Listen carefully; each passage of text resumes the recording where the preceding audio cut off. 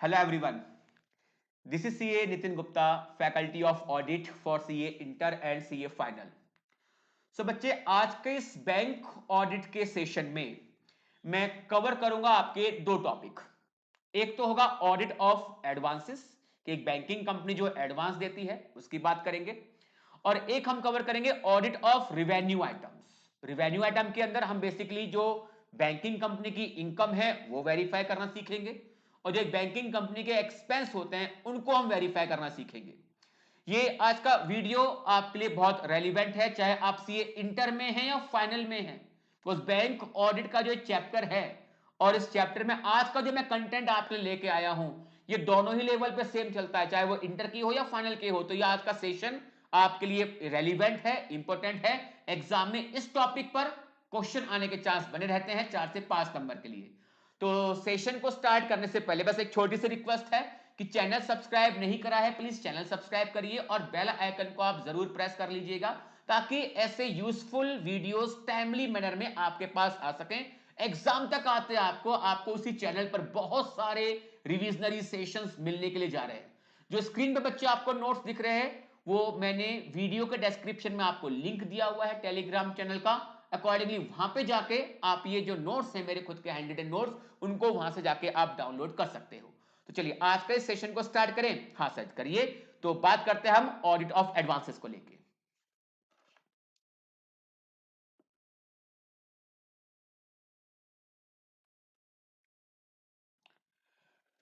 सो बालक आज के इस लेक्चर में हम कवर करेंगे आपके बैंक ऑडिट चैप्टर के 3 टॉपिक। कौन कौन से? एक टॉपिक जो आपको स्क्रीन पर दिखाई दे रहा है, it is audit of advances, और उसके बाद हम चेक करेंगे ऑडिट ऑफ रिवेन्यू आइटम। और जब मैं रिवेन्यू आइटम की बात करूंगा तो उसमें जो बैंक की इनकम होती है उसको वेरीफाई करना, और जो बैंक के एक्सपेंसेस होते हैं उनको वेरीफाई करना। तो बेसिकली इस लेक्चर में हम बैंक ऑडिट चैप्टर के 3 कह सकते हो वेरिफिकेशन कवर करेंगे। एडवांसेस हमें कैसे वेरीफाई करने होते हैं, including internal control relating to the advances, कि कैसे मुझे उन इंटरनल कंट्रोल को इवेल्युएट करना होगा। फिर जो आपकी इंटरेस्ट की इनकम हो सकती है या किसी भी तरह से जो बैंकिंग इनकम हो सकती है वो इनकम वेरीफाई करेंगे, और अल्टीमेटली जो बैंकिंग कंपनी के एक्सपेंस होते हैं उनको हम वेरीफाई करेंगे। चलिए तो पहला टॉपिक है हमारा आज का ये audit of advances.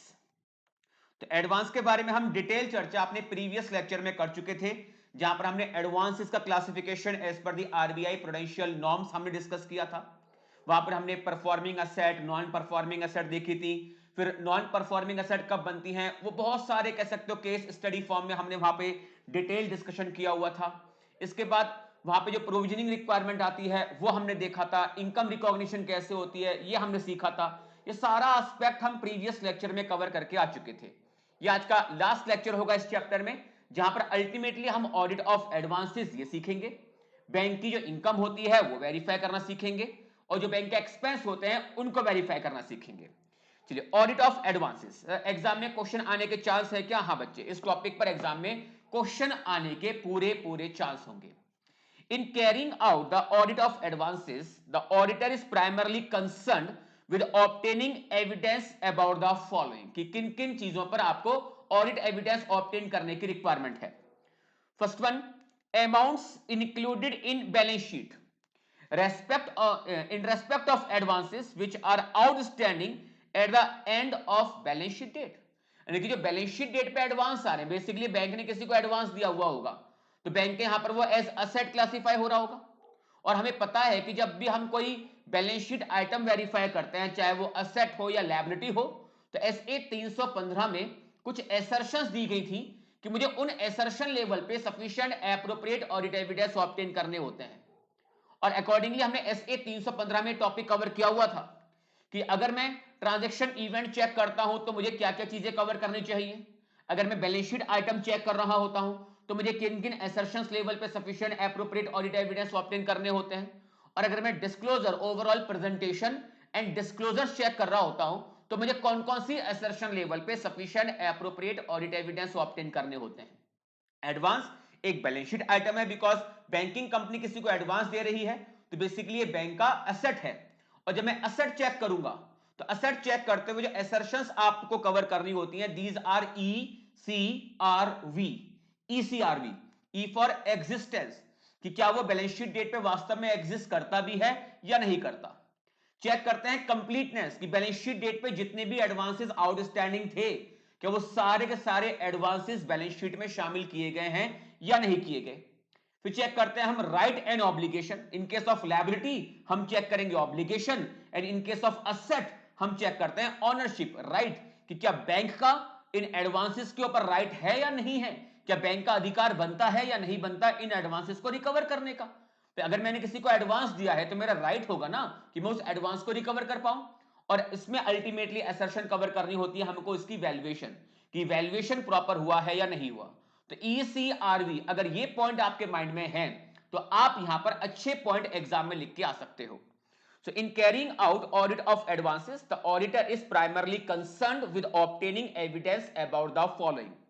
First one, amount included in balance sheet in respect of advances which are outstanding at the end of balance sheet. Basically बच्चे हमने यहां पर क्या चेक किया है, for existence हम यहां पर एविडेंस ऑब्टेन कर रहे हैं रिगार्डिंग एग्जिस्टेंस, क्या बैलेंस शीट डेट पे ये वास्तव में एग्जिस्ट करते भी हैं या नहीं करते। Second one, advances represent amount due to the bank, कि क्या बैंक को ये रिकवर करने का अधिकार है भी या नहीं है। अब एडवांस किसी और का है और दिखा मैं अपनी बैलेंस शीट में रहा हूं, तो बेसिकली मेरा तो इसके ऊपर कोई अधिकार बनता ही नहीं है। यहां पर हमने कौन सी असर्शन लेवल पर sufficient appropriate audit evidence obtain करने का अटेम्प्ट कर रहे हैं, इट इज राइट। बच्चे अगर आपको असर्शन समझ में आती है तो ये टॉपिक है ना ये बहुत सिंपल है, बिकॉज इसमें कोई अलग अप्रोच थोड़ी है जो हम स्टैंडर्ड्स में पढ़ के आ चुके होते हैं। देखा जाए तो ये उसकी केवल एप्लीकेशन है कि बैंकिंग कंपनी में मुझे एडवांस चेक करने हैं तो अल्टीमेटली मैं ECRV पे तो काम करूंगा, एग्जिस्टेंस पे काम करूंगा, कंप्लीटनेस पे काम करूंगा, राइट एंड ऑब्लिगेशन पे काम करूंगा। असेट वाले केस में राइट आएगा, लायबिलिटी वाले केस में ऑब्लिगेशन आएगा, और इनका प्रॉपर वैल्यूएशन हुआ है या नहीं हुआ इस पर मुझे sufficient appropriate audit evidence obtain करने होंगे। Advances are appropriately supported by the loan document and other document as applicable to the nature of advances. तो कहीं ना कहीं यही देखने के लिए कि क्या इन असेट के ऊपर, इन एडवांस के ऊपर बैंक के अधिकार बनते भी हैं या नहीं बनते, क्या वास्तव में बैलेंस शीट डेट पे एग्जिस्ट करते भी हैं या नहीं करते। तो जो भी सपोर्टिंग डॉक्यूमेंट है, किसी को एडवांस दिया है तो एग्रीमेंट्स वगैरह हुए होंगे ना, आपको सपोर्टिंग डॉक्यूमेंट्स को क्रॉस चेक करना चाहिए। तो advances are appropriately supported by loan document. Loan document क्या होगा यहां पर, बेस्ट एग्जांपल जो एग्रीमेंट्स होते हैं, and other document as applicable to the nature of advances. There are no unrecorded advances, there are no unrecorded advances. सोचिए कौन सी असर्शन लेवल पर sufficient appropriate audit evidence obtain करने का अटेम्प्ट कर रहे हैं इस जगह पर। ECRV था, एग्जिस्टेंस पे काम कर लिया, राइट पे काम कर लिया। यहां बात करेंगे हम कंप्लीटनेस के ऊपर। कंप्लीटनेस कि जितने भी एडवांसेस बैलेंस शीट डेट पे थे क्या वो सारे के सारे एडवांसेस को बैलेंस शीट में शामिल किया गया है या नहीं किया गया, कहीं कोई अनरिकॉर्डेड एडवांस तो नहीं है। The stated basis of valuation is appropriate and properly applied. यहां पर हमने कौन सी असर्शन लेवल पर sufficient appropriate audit evidence obtain करने का बच्चे अटेम्प्ट किया है, आंसर इज वैल्यूएशन। तो ECRV देखने को मिल गया, एग्जिस्टेंस पे काम करा है, कंप्लीटनेस पे काम करा है, राइट पर काम करा है, वैल्यूएशन पे काम करा है। जो भी सपोर्टिंग डॉक्यूमेंट थे उनको हम देख रहे थे, अदर डॉक्यूमेंट को हम वेरीफाई कर रहे थे depending upon the nature of advances. The advances are disclosed, classified and described in accordance with the recognized accounting policies and practices and the relevant statutory and regulatory requirement। अब बात कर रहा है एडवांसेस का आपने डिस्क्लोजर, क्लासिफिकेशन प्रॉपर किया है या नहीं किया। अब मैं पूछूं आपसे कि एडवांस को आपको कैसे क्लासिफाई करना होता है, एडवांसेस को आपको किस तरह से क्लासिफाई करना होता है। तो ये क्लासिफिकेशन होता है आपका एस पर दी RBI prudential norms, as per the RBI prudential norms। अब RBI prudential norms क्या है ये प्रीवियस लेक्चर में आपके साथ काफी डिटेल चर्चा कर चुका था। स्टैंडर्ड एडवांस की बात करते हैं, NPA एडवांस बनते हैं, फिर आपके नॉन परफॉर्मिंग असेट, फिर एनपीए के अंदर भी कुछ आपकी क्लासिफिकेशन थी, सब स्टैंडर्ड था, doubtful 1, D1, D2, D3, loss asset, उसकी बात की गई थी। The advances are disclosed, classified and described in accordance with the recognized accounting policies and practices and the relevant statutory and regulatory requirement. Appropriate provisions towards advances have been made as per the RBI norms. बात करिए अब ultimately इसके provisioning की। Sir provisioning का मतलब क्या होगा? जो आपका स्टैंडर्ड एडवांस होता है उस पर हम 0.4% की प्रोविजनिंग करते हैं। एसएमई या एग्रीकल्चर एडवांस था, वहां पर हम 0.25% ही कर रहे थे। अगर आपने इंफ्रास्ट्रक्चर पर्पस के लिए दिया हुआ था तो वहां पर 1% की आपकी प्रोविजनिंग चल रही थी। फिर जब सब स्टैंडर्ड पे आते हैं तो सिक्योर्ड पार्ट पर 15% का था, अनसिक्योर्ड पार्ट पर आपका 25% का था। तो इस तरह से जो वहां पे प्रोविजनिंग की बात की गई थी, लॉस असेट पर आप 100% की प्रोविजनिंग करते हो, तो ये प्रोविजंस आपने प्रॉपरली किया है या नहीं किया। पहले तो हमने ईसीआरवी पर sufficient appropriate audit evidence obtain करने हैं, फिर उनके डिस्क्लोजर को लेके बात की गई है और उनकी प्रोविजनिंग को लेके बात की गई है। एग्जाम में क्वेश्चन आ गया 4 नंबर का, बेटा इजीली आप बहुत अच्छे तरह से इसको आप लिख के आ सकते हो। ईसीआरवी के पॉइंट दिमाग में रखिए, सपोर्टिंग डॉक्यूमेंट का पॉइंट आप दिमाग में रखिए, देर आफ्टर बात करेंगे उसके डिस्क्लोजर की, बात करेंगे हम यहां पे उसके प्रोविजनिंग की।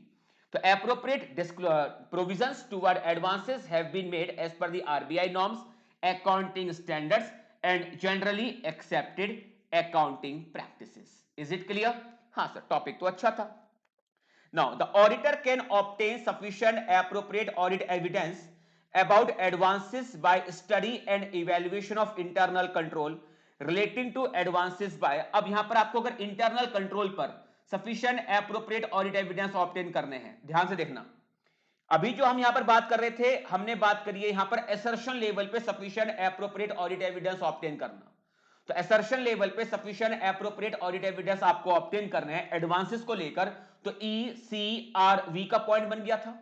फिर सपोर्टिंग डॉक्यूमेंट का पॉइंट बन गया आपका, फिर एक पॉइंट बन गया आपका डिस्क्लोजर का, और एक पॉइंट बन गया आपके प्रोविजनिंग का। अगर मैं एक कोड दूं उसको याद करने के लिए, तो ईसीआरवी तो बच्चे आप याद कर सकते हो ना, ये तो हम शुरू से ही क्लास के अंदर याद करते हुए आ रहे हैं। ईसीआरवी और डीपी याद कर लीजिए आप, DP. Now what is called DP? D is for documentation, कि एडवांसेस को लेके जो भी सपोर्टिंग डॉक्यूमेंट्स हैं वो आप क्रॉस वेरीफाई करिए। फिर डी से बात करिए आप डिस्क्लोजर की, और पी से बात कर लीजिए आप प्रोविजनिंग की। तो ई सी आर वी से बन जाते हैं आपके 4 पॉइंट, 2 पॉइंट बन जाते हैं आपके डी से डॉक्यूमेंटेशन एंड डिस्क्लोजर, और एक पॉइंट बन जाता है आपका प्रोविजन का। तो 1 2 3 4 5 6 7 पॉइंट टोटल आपके बन जाते हैं। 1 2 3 4 5 6 एंड 7 एग्जाम में लिख के आ सकते हैं ना। देखो एग्जाम में स्कोर करने के लिए चाहिए क्या, कि जो हमारा कंटेंट है वो as per study material match कर जाए। तो ईसीआरवी हमको पता ही है, डीपी और याद कर लीजिए बस आराम से। तो एडवांस पर ऑडिट एविडेंस ऑब्टेन करने के लिए क्या क्या काम आपको करना है, किस किस असर्शन लेवल पे काम करना है, तो ईसीआरवी डीपी पे मुझे काम करना होगा। अब बात करते हैं स्पेसिफिकली इंटरनल कंट्रोल को लेकर। तो the auditor can obtain sufficient appropriate audit evidence by study and evaluation of internal control relating to advances, कि आपके एडवांसेस पर इंटरनल कंट्रोल ठीक तरीके से काम करते हैं या नहीं करते, तो इंटरनल कंट्रोल्स प्रॉपरली डिजाइन है या नहीं है, इफेक्टिवली ऑपरेट होते हैं या नहीं होते, आपको क्या क्या चीजें चेक करनी चाहिए। फर्स्ट वन, एग्जामिन करिए आप validity of the recorded amount, कि जो भी आपका एडवांस था वो प्रॉपर अमाउंट से रिकॉर्ड हुआ है या नहीं हुआ। प्रॉपर अमाउंट से अगर रिकॉर्ड हो रहा होगा तो कहने की कंट्रोल अच्छा काम कर रहा होगा ना। अगर कंट्रोल काम नहीं कर रहा तो रिस्क क्या होगा, कि शायद कोई एक अमाउंट एप्रोप्रिएट अमाउंट के साथ, कि जो भी कोई ट्रांजैक्शन है वो एक एप्रोप्रिएट अमाउंट पे शायद रिकॉर्ड ना हो पाए। तो पहला आप चेक करिए जो भी जिस अमाउंट से रिकॉर्ड हुआ है क्या वो अमाउंट वैलिड है या नहीं है। एग्जामिन करिए आप लोन के डॉक्यूमेंट्स को। सर लोन डॉक्यूमेंट को एग्जामिन करके मुझे इंटरनल कंट्रोल पे कैसे एविडेंस मिलेगा? भाई लोन एग्रीमेंट पर बैंक के बिहाफ पर जिसने साइन किया हुआ है, कि as per the rule of that banking company, क्या वो पर्सन साइन करने के लिए ऑथराइज था या नहीं था, या लोन देने से पहले जो जो डॉक्यूमेंट एग्जीक्यूट किए जाने चाहिए थे as per the rule of banking company, वो सारे के सारे डॉक्यूमेंट प्रॉपरली एग्जीक्यूट किए गए हैं या नहीं किए गए। ऐसा तो नहीं है कि एडवांस दे दिया गया, ऐसा तो नहीं कि एडवांस आपने दे दिया लेकिन आपने प्रॉपर लोन के डॉक्यूमेंट तैयार ही नहीं किए थे। जैसे कई बार होता है हमारी बैंक में जानकारी होती है, तो सपोज किसी क्लाइंट को, जैसा मुझे क्लाइंट का नाम तो डिस्क्लोज नहीं करूंगा, तो उसका कुछ फंडिंग थी बैंक से 25-30 लाख के आसपास, छोटा सा फंडिंग था ये। तो 25-30 लाख की फंडिंग थी, तो सब कुछ हो चुका था, केवल वहां पर एक प्रोजेक्ट रिपोर्ट सबमिट करनी थी, केवल प्रोजेक्ट रिपोर्ट। तो बैंक के जो मैनेजर थे वो मेरी जानकारी में थे। तो उस टाइम पे मैं किसी, शायद मेरा कुछ गाड़ी का उस टाइम पे मुझे ध्यान है कि एक्सीडेंट वगैरह हुआ था, तो मैं कुछ पेपर फॉर्मेलिटीज वगैरह में या कुछ टाइम के लिए मैं एक हफ्ते के लिए ऑफिस में नहीं था। उधर क्लाइंट को इमरजेंसी है कि उसका लोन रुका हुआ है केवल एक प्रोजेक्ट रिपोर्ट के ऊपर, और बैंक मैनेजर मेरे काफी नजदीकी था उसके साथ। तो मैंने कहा कि सर एक काम करिए, आप पेपर फॉर्मेलिटी पूरी हो चुकी है ना, तो केवल एक प्रोजेक्ट रिपोर्ट मेरे एंड पर बची ना, तो मैं इसे मैं प्रॉमिस कर रहा हूं मैं 8 या 10 दिन में आऊंगा और आते के साथ ही मैं प्रोजेक्ट रिपोर्ट आपको दे दूंगा। तो बैंक वाला बोला सर वैसे तो ठीक है, वैसे तो मैं लिए दे देता हूं, लेकिन हमारी 1-2 महीने के बाद हमारी ना ऑडिट वगैरह होंगी, तो ऐसा ना हो कि अभी तो मैंने चलो आपके कहने पर इसको लोन सैंक्शन कर दिया और बाद में प्रोजेक्ट रिपोर्ट टाइम से नहीं आई तो मेरी नौकरी खतरे में पड़ जाएगी। मैंने कहा सर चिंता ना करो, आपके यहां पर ऑडिट स्टार्ट करने से पहले मैं प्रोजेक्ट रिपोर्ट प्रॉपर बैंक में सबमिट करवा दूंगा, क्योंकि जब तक प्रोजेक्ट रिपोर्ट नहीं आएगी तो बेसिकली लोन के डॉक्यूमेंट तो आपके पूरे नहीं हुए ना, जब तक लोन के डॉक्यूमेंट पूरे नहीं होंगे तो लोन डिसबर्स नहीं हो सकता। क्लाइंट को इमरजेंसी थी, बिकॉज उसका फंड रुका हुआ था पूरा का पूरा, उसका पूरा प्रोजेक्ट रुका हुआ था कि जब तक ये फंड नहीं आएंगे वो अपने प्रोजेक्ट को आगे स्टार्ट नहीं कर सकता था। उसकी डिपेंडेंसी मेरे ऊपर थी, मैं किसी बहुत मजबूरीवश उस टाइम पे 7-8 दिनों के लिए अपने ऑफिस से दूर था, ठीक है। और प्रोजेक्ट रिपोर्ट जनरली ऐसा होता है कि मैं अपने स्टाफ के भरोसे छोड़ता नहीं हूं, उस काफी सारे रेशियोज वगैरह सब काफी चीजें देखनी होती हैं, तो स्टाफ बना भी लेता है, तो जब तक अल्टीमेटली मैं उसको रिव्यू ना कर दूं मैं इसको इश्यू नहीं करने देता। तो मैंने कहा सर ये काम थोड़ा, क्लाइंट मेरा भी नजदीक है, आप भी थोड़े मेरे नजदीकी वाले हो, तो एक काम करिए प्लीज इसको आप अगर कर सकते हो तो फंड रिलीज कर दो आप, और मैं 7 या 8 दिन के बाद प्रोजेक्ट रिपोर्ट बैंक में सबमिट करवा दूंगा।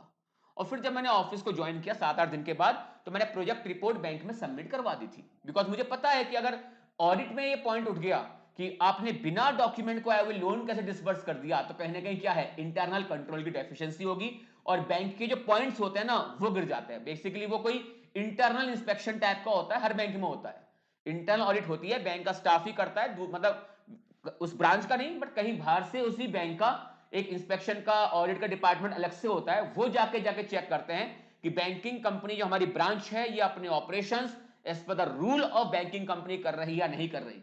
तो जब तक सारे डॉक्यूमेंट प्रॉपर तरह से तैयार ना हो जाए, उनको प्रॉपर देख ना लिया जाए, तब तक लोन डिसबर्स नहीं होना चाहिए। तो आपको लोन के सपोर्टेड जितने भी डॉक्यूमेंट्स हैं वो क्रॉस चेक करने चाहिए। Examining the loan document, review the operation of account. Account में ऑपरेशंस देखिए, इसका मतलब क्या है, अगर किसी को सीसी लिमिट दी गई है तो सीसी लिमिट में क्या प्रॉब्लम है बेटा कि अगर स्टॉक स्टेटमेंट नहीं आती है तो स्टॉक स्टेटमेंट के ना होने पर देखा जाए तो एक टेम्परेरी डेफिशिएंसी होती है और वहां पे डीपी इमीडिएटली आपकी जीरो तो नहीं होती, तो पुरानी स्टॉक स्टेटमेंट के बेस पर आपकी ड्रॉइंग पावर निकाली जाती है, लेकिन पुरानी स्टॉक स्टेटमेंट आपकी 3 महीने से ज्यादा पुरानी नहीं होनी चाहिए। और यहां पर जब तक करंट की आपकी स्टॉक स्टेटमेंट नहीं आती है, bank S panel interest penalty लगाते हुए आपकी जो इंटरेस्ट की रेट होती है वो +2% कर देता है। तो मुझे देखना होता है कि जो भी ऑपरेशंस हैं अकाउंट के अंदर प्रॉपर चल रहे हैं नहीं चल रहे, कि जो जो जिस जिस कस्टमर को सीसी लिमिट दी गई थी उनसे स्टॉक स्टेटमेंट टाइम से आती है नहीं आती, और इनकेस अगर स्टॉक स्टेटमेंट टाइम से नहीं आती है तो पुरानी स्टॉक स्टेटमेंट के बेस पर अगर ड्रॉइंग पावर दी जा रही है तो पुरानी स्टॉक स्टेटमेंट 3 महीने से ज्यादा पुरानी तो नहीं है, और जब तक करंट स्टेटमेंट नहीं आती है तब तक जो आपका उस लिमिट के ऊपर इंटरेस्ट कंप्यूट किया जाएगा, क्या वहां पर 2% का extra revenue extra interest income charge की गई है या नहीं की गई। जब भाई बैंकिंग कंपनी में ऑडिट करने के लिए जाते हैं ना तो हम रिवेन्यू लीकेज के पॉइंट ढूंढते हैं। रिवेन्यू लीकेज ये क्या होना, ये क्या होता है कि बेसिकली ऐसा रिवेन्यू जो बैंक के पास आना चाहिए था लेकिन शायद बैंकिंग ऑफिशियल्स की लापरवाही की वजह से वो रिवेन्यू बैंक के पास नहीं आया। तो जिस जिस क्लाइंट के स्टॉक स्टेटमेंट नहीं आती उसमें 2 पॉइंट चेक कर लेते हैं कि पुरानी स्टॉक स्टेटमेंट के बेस पर डीपी दी जा रही है तो पुरानी स्टॉक स्टेटमेंट आपकी 3 महीने से ज्यादा पुरानी नहीं होनी चाहिए, और जब तक कि करंट पीरियड की आपके स्टॉक स्टेटमेंट नहीं आती तब तक वहां पर इंटरेस्ट जो चार्ज किया गया है उस पर +2% का इंटरेस्ट रेट चार्ज किया गया है या नहीं किया गया। नहीं कर रहे हो तो कंट्रोल वीक है, रिवेन्यू आपका लीक कर रहा है, पेनल्टी अलग पड़ती है। तो reviewing the operation of account, examining the existence enforceability and the valuation of security. अब अगर आपकी स्टॉक स्टेटमेंट आती है और स्टॉक स्टेटमेंट के अंदर स्टॉक का वैल्यूएशन इतना नहीं आता तो देखते हैं कि जितना जनरली क्या होता है कि जितनी भी आपको लिमिट दी जाती है या जो भी आपकी लिमिट जो भी आपका स्टॉक स्टेटमेंट होता है, हम वहां पे 25% का मार्जिन लेके चलते हैं। ये नहीं कि अगर आपकी 10 लाख के स्टॉक की वैल्यू है, रिलायजेबल वैल्यू, तो 10 लाख की लिमिट आपको मिल जाएगी। तो जो भी आपको एडवांस दिया गया है उस पर जो भी सिक्योरिटी वहां पर है, उस सिक्योरिटी की वैल्यू क्या है। बिकॉज हमने एक टॉपिक डिस्कस किया था कि अगर सिक्योरिटी की वैल्यू आपके जितना लोन आउटस्टैंडिंग होता है उससे 10% से भी नीचे गिर जाती है और पैसा टाइम से नहीं आ रहा है, अकाउंट एनपीए बन रहा है, तो उस केस में सीधा क्लासिफिकेशन क्या होता है आपका, लॉस असेट के वे में इस एडवांस अकाउंट को क्लासिफाई किया जाता है। तो examine the existence, enforceability and the valuation of security, checking compliance with the RBI norms including appropriate classification and the provision। ये तो बात समझ में आती है। स्टैंडर्ड एनपीए, एनपीए के अंदर सब स्टैंडर्ड की बात करते हैं, डाउटफुल कैटेगरी की बात करते हैं, लॉस एसेट की बात करते हैं, प्रोविजनिंग की बात की जाती है, and carry out appropriate analytical procedures. तो यहां से आपको आइडिया मिल जाएगा कि इनके इंटरनल कंट्रोल्स इफेक्टिवली डिजाइन है, प्रॉपर तरह से डिजाइन है या नहीं है, इफेक्टिवली ऑपरेट होते हैं या नहीं होते। वैसे अगर मैं इन जनरल बात करूं तो बैंकिंग कंपनी के अंदर इंटरनल कंट्रोल का एनवायरनमेंट जनरली बात करूं तो सेटिस्फैक्टरी होता है। बैंकिंग कंपनी के अंदर इन जनरल बात दो, डेफिशिएंसी में ऐसा नहीं कहा कि डेफिशिएंसी मिलती नहीं है, मैं इन जनरल बोल रहा हूं कि इन जनरल वहां पे कंट्रोल का एनवायरनमेंट सेटिस्फैक्टरी होता है। हां, एक्सेप्शनल केस हो सकते हैं जहां पर आपको इंटरनल कंट्रोल की डेफिशिएंसी देखने को मिल जाती है। जैसे जो लोन के डॉक्यूमेंट्स हैं वो प्रॉपर सेफ कस्टडी में नहीं होते, तो लोन के डॉक्यूमेंट्स अगर लिए गए और वो बैंक के ऑफिशियल्स की सेफ कस्टडी में नहीं है तो बेटा हो सकता है कि वो लोन के पेपर बैंक से गायब हो जाए। अब सोचिए कि मैंने एक लोन लिया हुआ है और लोन लिया है मैंने अपनी असेट एक बिल्डिंग के अगेंस्ट, और ये एक इक्विटेबल मॉर्गेज था। इक्विटेबल मॉर्गेज क्या होता है, जहां पर केवल डिलीवरी दी कि पेपर आज मेरे पास है, वो पेपर मैंने बैंक में सबमिट करवा दिए, कहीं पर भी कोई डीड नहीं बनी है, कोई भी सब रजिस्ट्रार के पास जाकर उसकी रजिस्टर्ड नहीं हुई है, ऐसा कुछ भी नहीं हुआ। एक इक्विटेबल मॉर्गेज था कि ठीक है बैंक ने मेरे घर के अगेंस्ट लोन दिया तो घर के पेपर बैंक के पास है, कल को जब मैं लोन रीपे कर दूंगा ये पेपर मैं बैंक से वापस लेके आ जाऊंगा। अब मैंने बैंक के ऑफिशियल से सेटिंग कर ली और वे जो मेरे पेपर थे घर के जो बैंक में रखे हुए थे 20-25 हजार रुपए बैंक वाले को खिलाए और पेपर मैंने बाहर निकलवा लिए। तो एक साथ जो लोन सिक्योर था उन पेपर की वजह से वो पेपर तो अब बैंक के पास रहे ही नहीं, वो पेपर तो आज मेरे पास आ गए, और जैसे वो पेपर मेरे पास आ गए तो अब अगर मैं कोई डिफॉल्ट करता हूं अपने प्रिंसिपल का रीपेमेंट करने में या इंटरेस्ट का पेमेंट करने में, क्या बैंक मेरे घर के ऊपर कोई अधिकार जता सकता है क्या? नहीं, कोई राइट अब बैंक एक्सरसाइज नहीं कर सकता, बिकॉज इक्विटेबल मॉर्गेज था, पेपर आपके पास थे, जब तक पेपर आपके पास थे तो बैंक के पास सिक्योरिटी थी, आज वो सिक्योरिटी बैंक के पास नहीं रही, बिकॉज कंट्रोल का एनवायरनमेंट वीक रह गया। बैंक के एक ऑफिशियल ने कुछ हेराफेरी करके किसी तरीके से वो सिक्योरिटी में से पेपर वापस मुझे हैंड ओवर करवा दिया, कुछ पैसे खा लिए। तो हाँ, कुछ छोटी छोटी ब्रांचेस में ऐसे लूप होल्स देखने को मिल जाते हैं, बट मैं ऐसा जनरली नहीं बोल रहा, दीज आर एक्सेप्शनल केस। अगर इन जनरल बात करें तो बैंकिंग कंपनी के अंदर कंट्रोल का एनवायरनमेंट जनरली मुझे अच्छा देखने को मिलता है, बट अच्छा ही होगा हमेशा, ऐसा कोई हार्ड एंड फास्ट नहीं होता। Evaluation of internal control over advances. In general the internal control over advances should include the following, यानी कहां कहां पर मुझे चेक करना चाहिए कि इंटरनल कंट्रोल प्रॉपर्ली डिजाइन है या नहीं है, इफेक्टिवली ऑपरेट करते हैं या नहीं करते। 4 मार्क्स के लिए एग्जाम में स्ट्रेट फॉरवर्ड क्वेश्चन यहां पर आपका बन सकता है, और यही सेम क्वेश्चन आपका अगर फाइनल लेवल की बात करो ना तो वहां पर भी लगा हुआ है। सर क्या बैंक ऑडिट सेम है क्या इंटर में और फाइनल में? जितना इंटर में है उतना तो फाइनल में है ही है, फाइनल में कुछ वेरिफिकेशन के टॉपिक वहां पर एक्स्ट्रा आपको देखने को मिलेंगे। जैसे कि हमने जो बात की थी असेट क्लासिफिकेशन को लेकर, तो जितना यहां पे पड़ा है उतना फाइनल लेवल में भी है। लेकिन अगर बात करते हैं कि कुछ टॉपिक जैसे कि वहां पर हम कंटिंजेंट लायबिलिटीज वेरीफाई करना, कॉन्करेंट ऑडिट की बात करते हैं, फॉरेक्स की ट्रांजैक्शंस होती हैं, तो कुछ आइटम्स जो हम यहां पर इंटर लेवल पे केवल एडवांस चेक कर रहे हैं, हम रिवेन्यू आइटम चेक कर लेंगे और कुछ एक्सपेंस आइटम हम यहां पर चेक कर रहे हैं। यहां पर मैं कह सकता हूं कि इंटर लेवल पर इस चैप्टर की कवरेज फाइनल के मुकाबले थोड़ी सी कम है, लेकिन जो कवरेज इंटर में है सेम यही coverage, exactly same coverage final level पे भी आती है, एग्जैक्टली फाइनल लेवल पे भी आती है। तो जो क्वेश्चन है ये inter as well as final दोनों ही लेवल पे एग्जाम में पूछा जा चुका है। तो in general internal control over advances should include the following, the bank should make an advance only after satisfying itself as to the creditworthiness of the borrower and after obtaining sanction from appropriate authority of the bank. अब suppose कि मुझे एक housing loan की requirement है और मैं CA हूं। ये सीए सपोज नहीं करना आपको, मैं सीए तो हूं। सपोज करिए कि मुझे एक हाउसिंग लोन की रिक्वायरमेंट है, तो मैं हाउसिंग लोन के पर्पस के लिए किसके पास गया? चलिए मैं केनरा बैंक के पास गया। अब केनरा बैंक के पास जाता हूं तो मैंने कहा सर मैं सीए हूं और मुझे हाउसिंग लोन चाहिए। बोले अरे सीए साहब क्या बात कर दी, बताइए कितने का चाहिए? तो मैंने कहा सर ज्यादा नहीं, बस 50 लाख का दिलवा दीजिए। तो बोले ठीक है सर बताइए अकाउंट डिटेल दो, अभी लोन डिस्बर्स करते हैं। मैंने कहा कुछ पेपर फॉर्मेलिटी चेक नहीं करेंगे? अरे सर क्यों मजाक कर रहे हो, आप तो सीए हैं, तो सीए के ऊपर तो विश्वास कर सकते हैं। क्या इस तरह से बैंक मुझे फंडिंग करेगा? क्या क्या आपकी गुडविल को देखते हुए बैंक फंडिंग करेगा? आपके आपके प्रोफेशन को देखते हुए फंडिंग करेगा आपकी? नहीं। बैंक को फंडिंग चाहिए, बैंक अगर फंडिंग करेगा आपको तो प्रॉपर आपसे पेपर मांगेगा, आपकी बैलेंस शीट मांगेगा, आपकी आईटीआर, अगर आप सैलरीड पर्सन हो तो वो आपकी आईटीआर चेक करेगा। और अगर एक नाम सुना हो आपने, CIBIL, credit investigation bureau of India limited, कई बार बच्चे इसको सिविल बोल देते हैं, CIVIL, it is not civil, it is CIBIL, CIBIL, credit investigation bureau of India limited. तो सिबिल बेसिकली आपका क्रेडिट स्कोर होता है, जहां पे आउट ऑफ 900 आपको रेटिंग दी जाती है।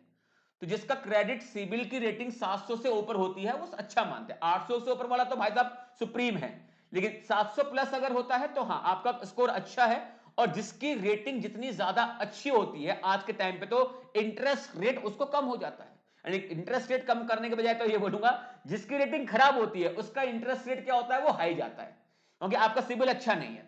तो सिबिल क्या है? बेसिकली क्रेडिट वर्थनेस चेक की जा रही है कि क्या आपको लोन देना बनता भी या नहीं बनता। अब मैं तो नहीं, सपोज कोई और बैंक से 50 लाख का लोन मांग रहा है, बट आईटीआर वो नील की फाइल कर रहा है, 3 या 4 लाख की आईटीआर फाइल कर रहा है। अब 3 या 4 लाख की आईटीआर आप फाइल कर रहे हो और वहां पर आप उम्मीद कर रहे हो कि बैंक इस आईटीआर के बेस पर आपको 50 लाख की फंडिंग कर देगा? नहीं करेगा। जनरली बात करें तो एक बैंकिंग कंपनी आपसे 3 साल की आपकी आईटीआर मांगती है और 3 साल की आईटीआर के बेस पर वो आपकी एक एवरेज इनकम निकालती है और एवरेज इनकम को वो जनरली 4 से मल्टीप्लाई कर देते हैं, तो इतने आप हाउसिंग लोन के लिए एलिजिबल हो।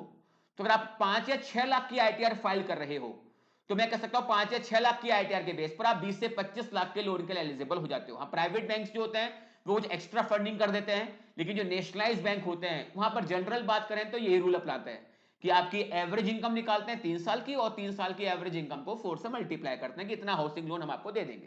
तो ये क्या है कि हाँ, लोन देने से पहले जो भी बोरोवर है, जो एप्लीकेंट है, बेसिकली उसकी क्रेडिट वर्थनेस इवेल्युएट की जाती है।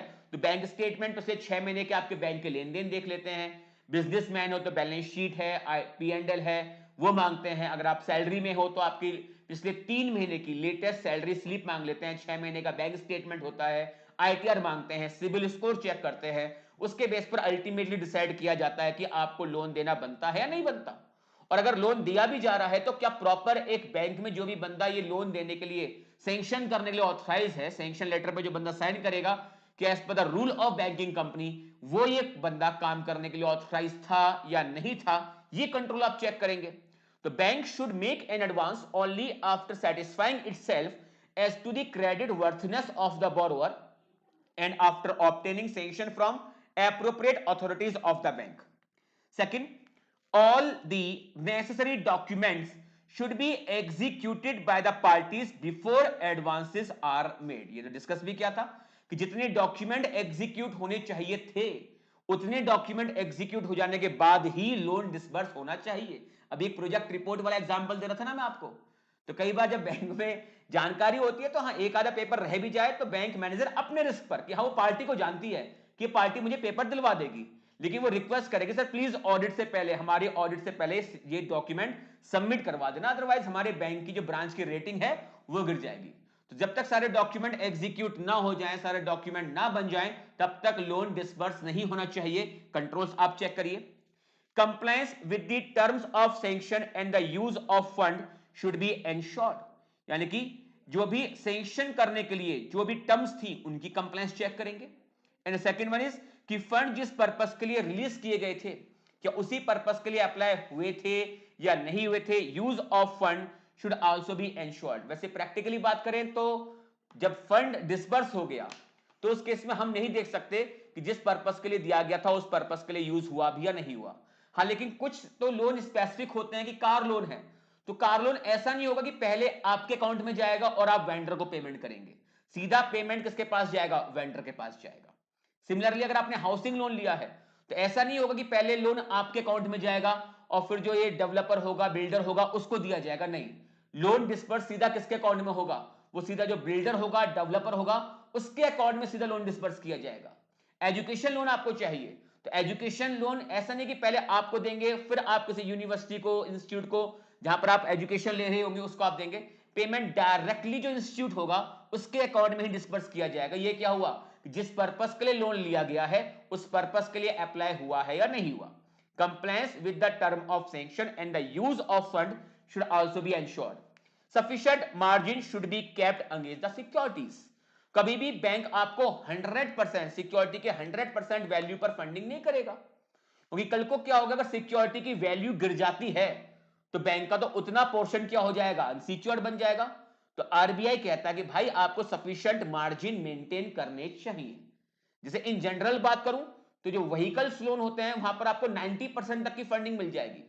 सपोज कि मुझे गाड़ी लेनी है होंडा सिटी, तो कितनी वैल्यू है, लगभग टॉप मॉडल उसका जो ऑटोमेटिक नहीं मैनुअल में है 16 लाख रुपए का है। चलिए, तो 16 लाख रुपए की होंडा सिटी और 16 लाख में अगर मैं चाहूं कि बैंक से मुझे 100% की फंडिंग मिल जाए, मेरी जेब से कुछ भी पैसा ना जाए, बैंक ऐसा काम करेगा नहीं। तो 90% तक यानी 16 लाख का जो ऑन रोड प्राइस निकल के आ रहा होगा, बैंक उसके 90% तक की फंडिंग करेगा। 10% भाई साहब ऑनर जो आपका कंट्रीब्यूशन है वो आप डालिए, चाहे आप कहीं से लोन लेके आओ, कहीं से भी लेके आओ, लेकिन बैंक वहां पर जितना भी अमाउंट होगा उसके 100% पे फंडिंग नहीं करेगा। ऐसे ही हाउसिंग लोन की बात करते हैं तो हाउसिंग लोन पर बैंक लगभग 20% का मार्जिन लेके चलते हैं। यानी अगर मुझे 1 करोड़ रुपए का एक घर खरीदना है और मैं बैंक से फाइनेंस चाहता हूं तो मैक्सिमम फाइनेंसिंग जो बैंक मुझे कर सकता है वो 1 करोड़ का 80% आप निकाल लीजिए, इतनी फंडिंग आपको मिल जाएगी। मेरे पास आज इन्वेंट्री है, इन्वेंट्री की वैल्यू 2 करोड़ रुपए की है और मुझे इस पर कोई सीसी लिमिट चाहिए, तो बैंक इस पर 100% फंडिंग करेगा ही नहीं।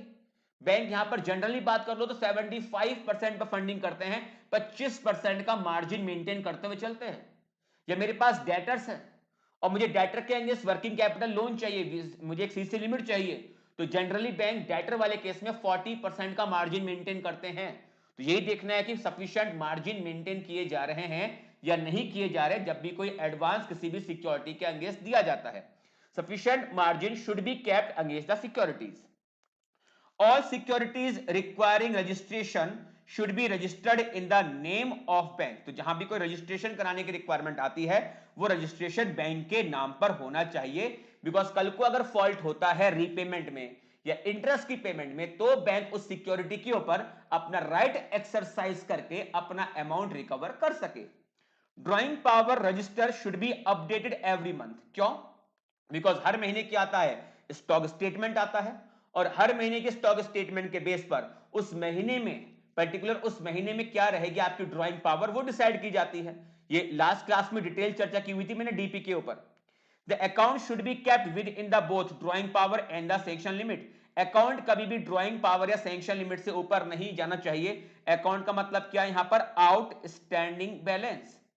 आउटस्टैंडिंग बैलेंस कभी भी ड्रॉइंग पावर या सैंक्शन लिमिट को एक्सीड ना करे। अगर कर गया लगातार 90 दिनों तक तो ये अकाउंट क्या बन जाएगा, उस केस में ये अकाउंट हो जाएगा आउट ऑफ ऑर्डर, और अगर आउट ऑफ ऑर्डर है, बैलेंस शीट डेट पर है, तो ये अकाउंट क्लासीफाई हो जाएगा एज एनपीए।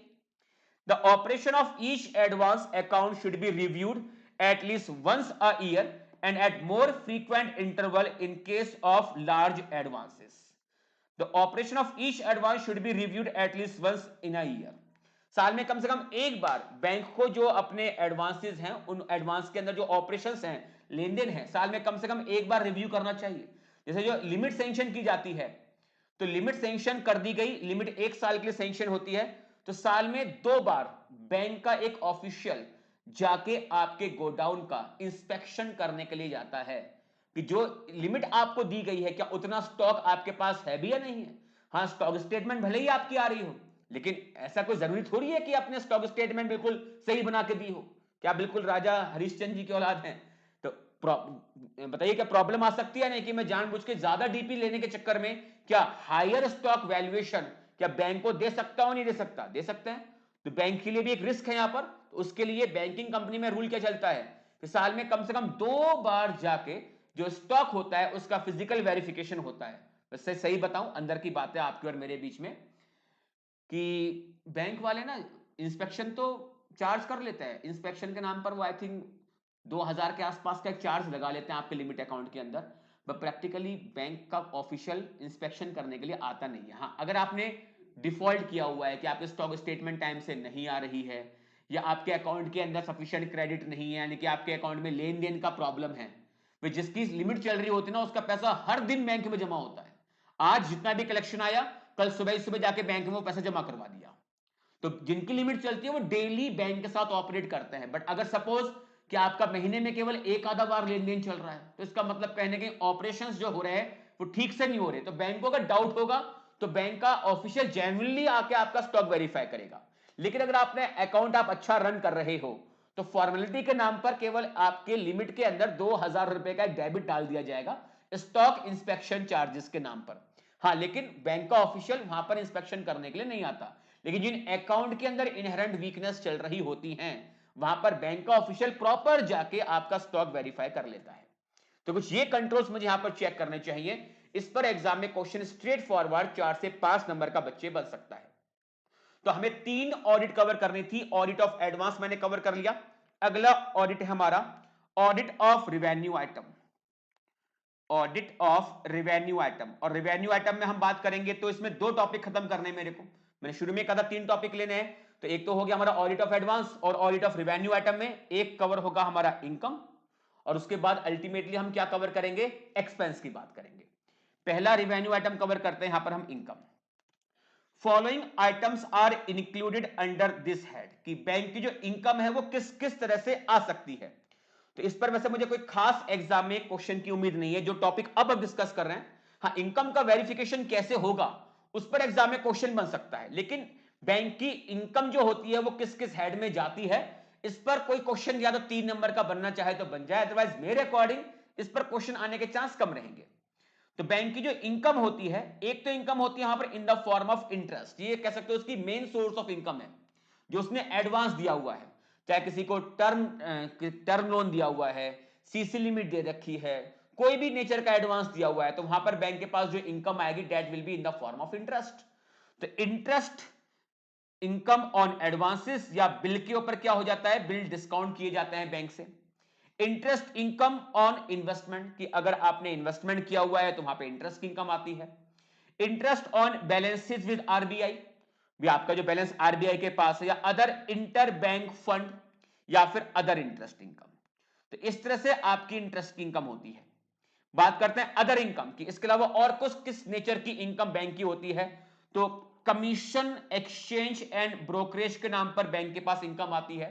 एग्जांपल ने कमीशन के, तो commission on bill for collection, पढ़ा होगा ना फाउंडेशन लेवल पे, कि मेरे पास एक बिल है, ड्यू डेट 3 महीने के बाद की है, तो मैंने बैंक से डिस्काउंट नहीं कराया, सिंपली बैंक को दे दिया एज एजेंट, कि बैंक मेरा एजेंट की तरह काम करेगा।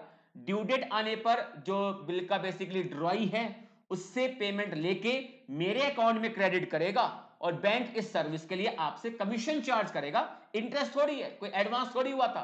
तो एक बिल मेरे पास था, आज मैंने वो बैंक को दिया, कहा कि भाई 3 महीने के बाद जाके इसका कलेक्शन कर लेना। तो बैंक ने 3 महीने के बाद जब ड्यू डेट आती है ड्रॉई से पेमेंट कलेक्ट करा और मेरे अकाउंट में कर दिया क्रेडिट। तो अब बैंक ने अपनी सर्विस पूरी कर दी, तो बैंक को इस सर्विस पे क्या मिलेगा, उसका कमीशन मिल जाएगा। तो commission on bill for collection, commission या exchange on remittance and transfer, जो एनईएफटी होते हैं, आरटीजीएस होते हैं, तो 2 लाख या उससे ऊपर का ट्रांसफर करना होता है तो आपका आरटीजीएस चलता है, अदरवाइज आप एनईएफटी कर लेते हो। तो क्या इन ट्रांजैक्शन का जो ये बेसिकली रेमिटेंस चल रहा है, क्या इसमें भी बैंक के पास इनकम आती है? यस, वहां पर बैंक कमीशन या एक्सचेंज के नाम पर आपसे इनकम लेता है। Commission on letter of credit and guarantee, जब bank letter of credit issue करता है आपके बिहाफ पर, या आपके बिहाफ पर कोई बैंक गारंटी दी जाती है, तो उस पर बैंक कमीशन की इनकम चार्ज करता है। लोन प्रोसेसिंग फीस, ये बहुत हाई होती है। तो जब क्या कि मैं कोई लोन ले रहा हूं, कोई भी लोन हो सकता है, तो वहां पर लोन जब दे दिया जाएगा, तो जब लोन आपको डिसबर्स हो गया वहां से तो इंटरेस्ट का मीटर दौड़ना शुरू होगा। लेकिन जो लोन को डिस्पर्स करने में जो पेपर्स फॉर्मेलिटीज वगैरह होती है, सारे जो पेपर तैयार किए जाते हैं, यहां पर भी प्रोसेसिंग फीस के नाम से आपसे ही पैसा लिया जाता है। इवन कि आपका जो सिविल चेक करते हैं ना, तो सिविल चेक करने पर भी शायद 500-600 रुपए के आसपास की एक पेमेंट जाती है। तो बैंक करता अपने एंड पर है, लेकिन वो रिकवरी वो आपसे ही करता है। तो all these are loan processing fees या मोबाइल बैंकिंग फीस। तो ये सारी फीस हैं जिसके जरिए बैंक कुछ अदर इनकम लेता हुआ चल रहा है। Profit on sale of investment है। सर ये ऊपर नहीं आया था बेटा, ऊपर तो आया था इंटरेस्ट इनकम ऑन इन्वेस्टमेंट। अगर मैं इन्वेस्टमेंट से कहूं तो इन्वेस्टमेंट से मेरे पास तीन तरह से बैंक में इनकम आती है, तीन तरह से। एक तो इन्वेस्टमेंट के ऊपर क्या आ रहा है, आपके पास इंटरेस्ट आ रहा है।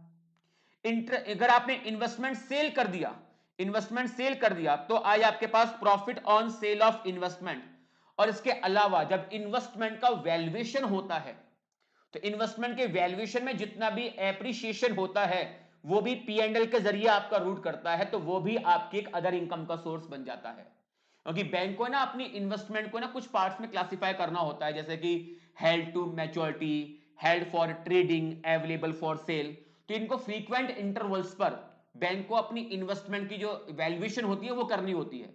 अब या तो वैल्यूएशन में अप होगा या वैल्यूएशन में डाउन होगा, जो भी रिजल्टिंग फिगर है आइदर एप्रिसिएशन और डेप्रिसिएशन, ये पी एंड एल के जरिए ही रूट करता है। तो इन्वेस्टमेंट से बैंकिंग कंपनी में तीन तरह की इनकम बन जाती है, तीन तरह की। कौन कौन सी? एक इंटरेस्ट की इनकम होती है, एक profit on sale of investment हो सकता है, और एक इन्वेस्टमेंट की वैल्यूएशन में जो एप्रिसिएशन होता है वो भी आपकी एक अदर इनकम है। Profit on sale of land, building और other asset, income earned by way of dividend. Sir dividend कैसे?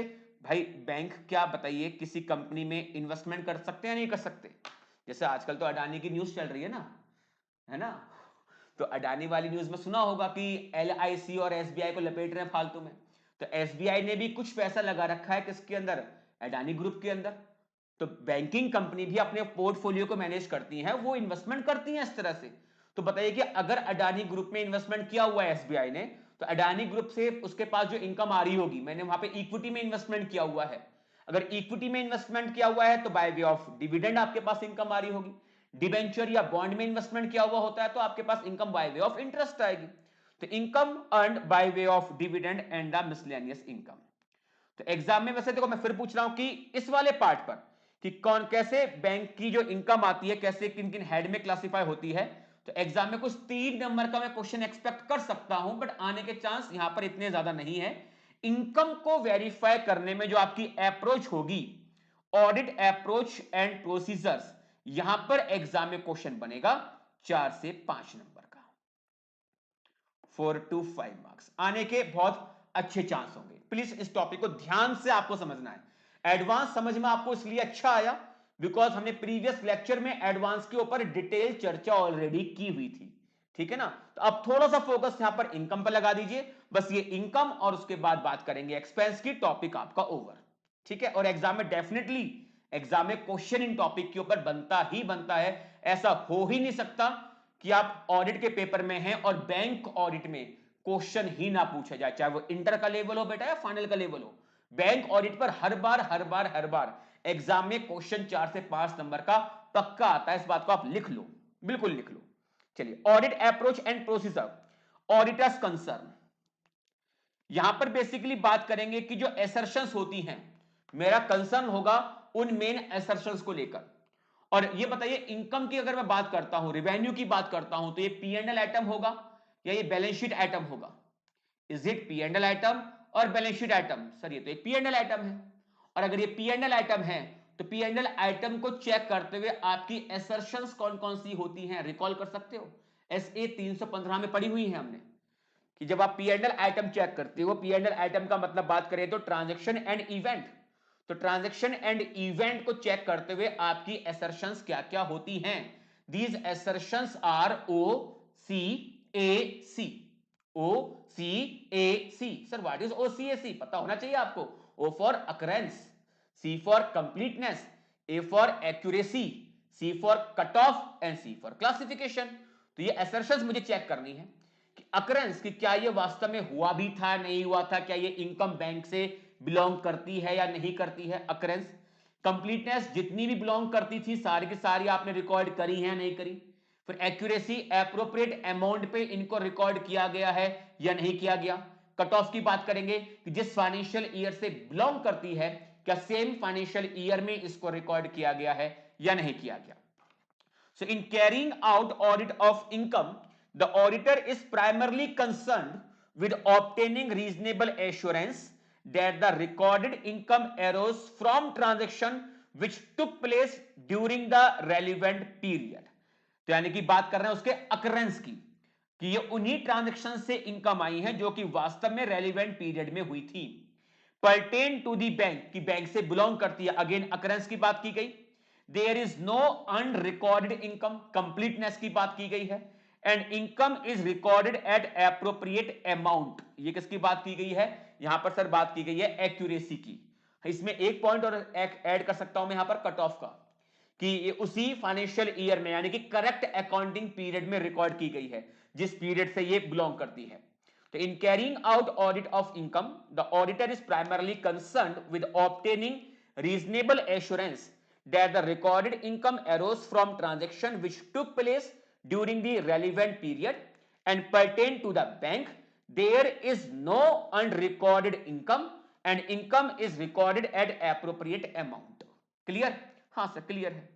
नाउ आरबीआई डायरेक्शन, इस पॉइंट को बच्चे प्लीज ध्यान से आप देखना, ये पॉइंट अच्छा है, इसमें को आप एमसीक्यू या करेक्ट और इनकरेक्ट पर्पस के लिए मार्क कर सकते हो। एमसीक्यू और करेक्ट और इनकरेक्ट। देखिए, RBI has advised that in respect of any income, in respect of any income which exceed 1% of total income of the bank if income is reckoned on a gross basis, or 1% of net profit before tax if income is reckoned net of cost should be considered on accrual basis. पढ़ो जरा ध्यान से इसको एक बार, पढ़िए जरा इसको ध्यान से एक बार और समझने का अपने लेवल पर अटेम्प्ट करिए, समझ में आया या नहीं आया। फिर मैं इसको एक्सप्लेन करता हूं, RBI has advised that in respect of any income which exceeds 1% of total income of the bank if the income is reckoned on a gross basis, कौन सी इनकम, हम इस वाली इनकम की बात कर रहे हैं, और 1% of net profit before tax यानी profit before tax if the income is reckoned net of cost should be considered on accrual basis. इसको प्लीज ध्यान से समझने का बच्चे अटेम्प्ट करना। भी कोई बैंक की एक पर्टिकुलर इनकम है,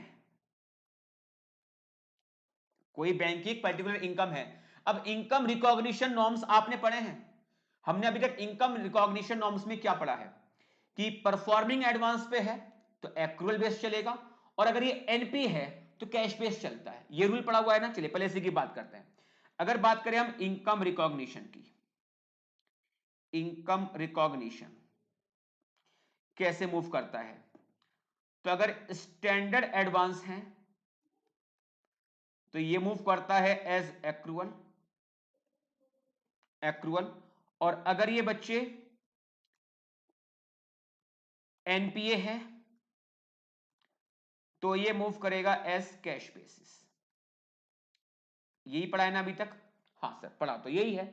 अब थोड़ा सा ट्विस्ट आता है मामले में, समझिए इस चीज को, कि कोई एक इनकम है, कोई सर एक इनकम है, ये जो इनकम है इस इनकम को मैं कंपेयर कर रहा हूं बैंक की टोटल इनकम से, इसको मैं कंपेयर कर रहा हूं बैंक की टोटल इनकम से।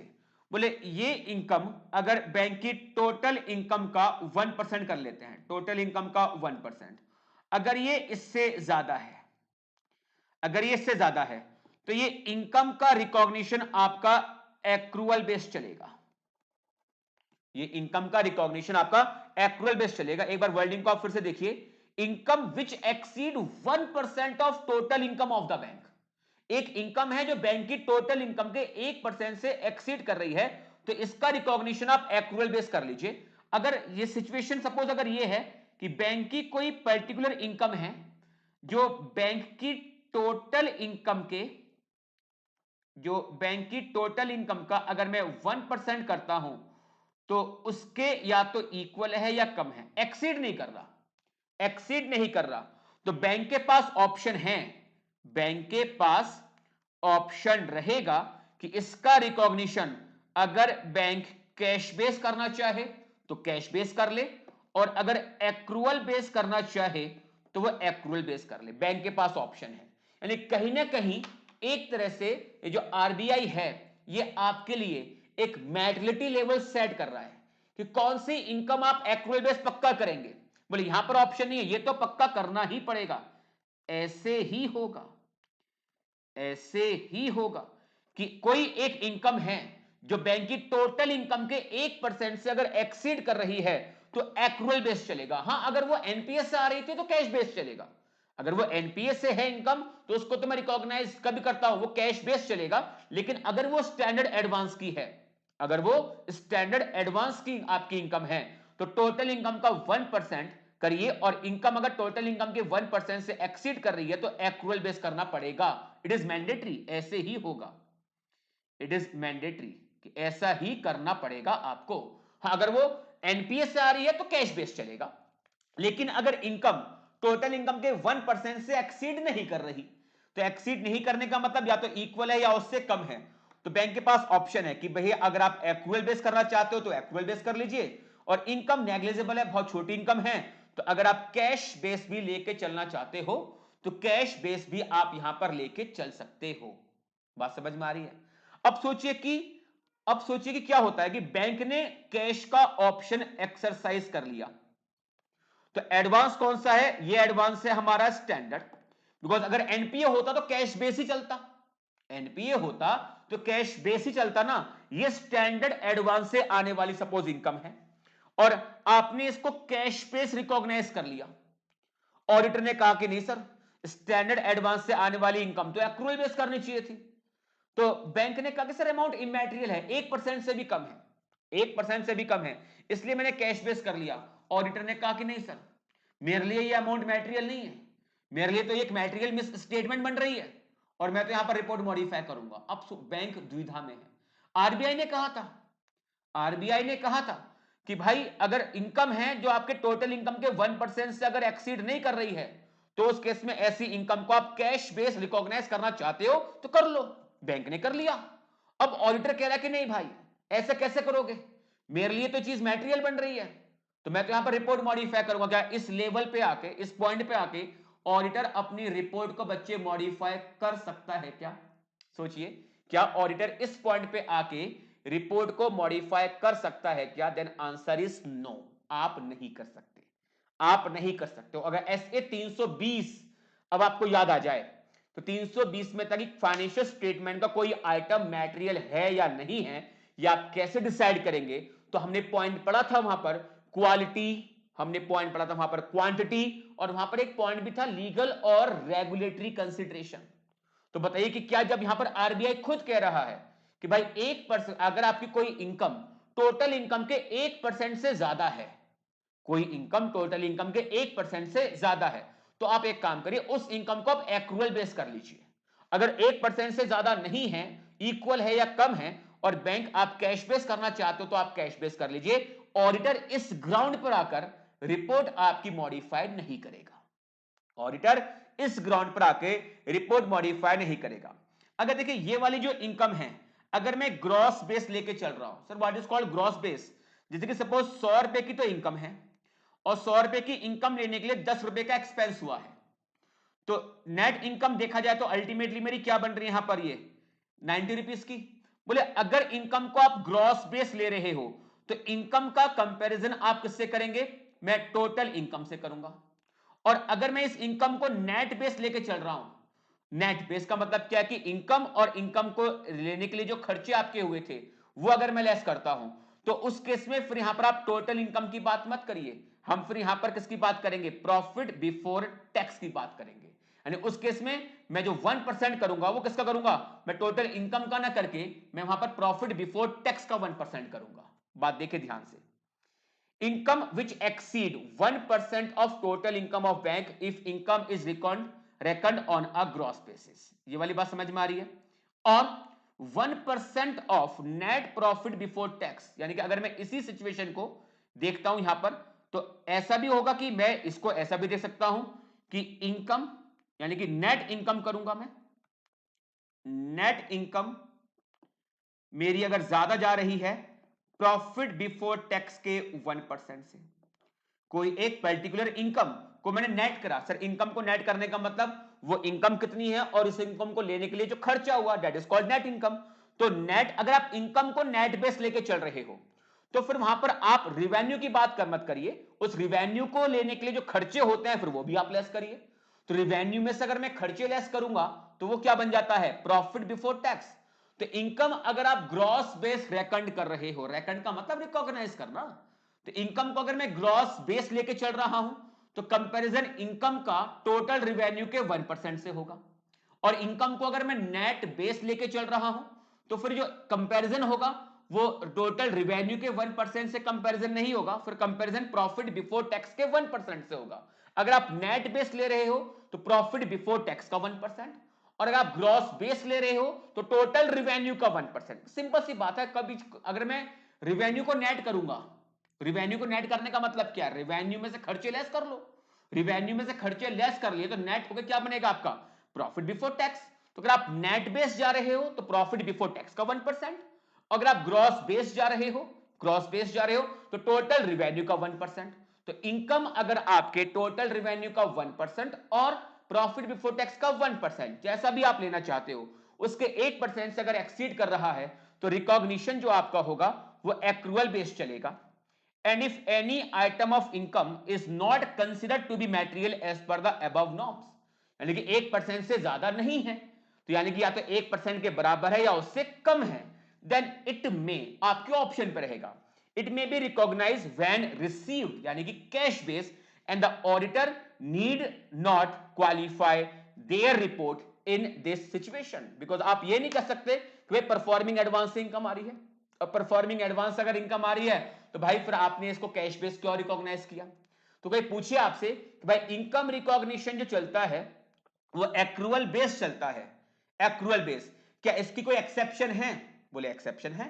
अगर कोई इनकम आपके टोटल रिवेन्यू के 1% से कम है तो बैंक यहां पर इनकम को कैश बेस रिकॉग्नाइज कर लेगी, कैश बेस रिकॉग्नाइज कर सकती है। और इसका एक और अगर मैं आपसे एक्सेप्शन पूछूं, एक और एक्सेप्शन, यानी कि परफॉर्मिंग एडवांस से आपके पास इनकम आ रही होगी, परफॉर्मिंग एडवांस से आपके पास इनकम आ रही होगी, इनकम, लेकिन उसको मैं एक्रूअल बेस ना लेके कैश बेस ही रिकॉग्नाइज करूंगा। अगर कोई एडवांस अकाउंट सेंट्रल गवर्नमेंट की गारंटी के ऊपर बेस्ड था, स्टेट की बात नहीं कर रहे हम, स्टेट गवर्नमेंट की बात नहीं कर रहे, सेंट्रल गवर्नमेंट, अगर कोई एडवांस सेंट्रल गवर्नमेंट की गारंटी के ऊपर बेस्ड था और डिफॉल्ट हुआ है तो ठीक है, जब तक सेंट्रल गवर्नमेंट की गारंटी अवेलेबल थी तब तक मैंने उसको एनपीए क्लासिफाई नहीं किया था। लेकिन ये एग्जेम्पशन केवल असेट क्लासिफिकेशन और प्रोविजनिंग को लेके थी, इनकम रिकॉग्निशन के ऊपर नहीं थी। और यहां पर इनकम रिकॉग्निशन अगर डिफॉल्ट हुए हैं तो इनकम रिकॉग्निशन यहां पर कैश बेस ही चलेगा। ये कुछ चीजें दिमाग में रखिए, बिकॉज इन केसेस पे आपसे एग्जाम में एमसीक्यू अटेम्प्ट करवा सकता है।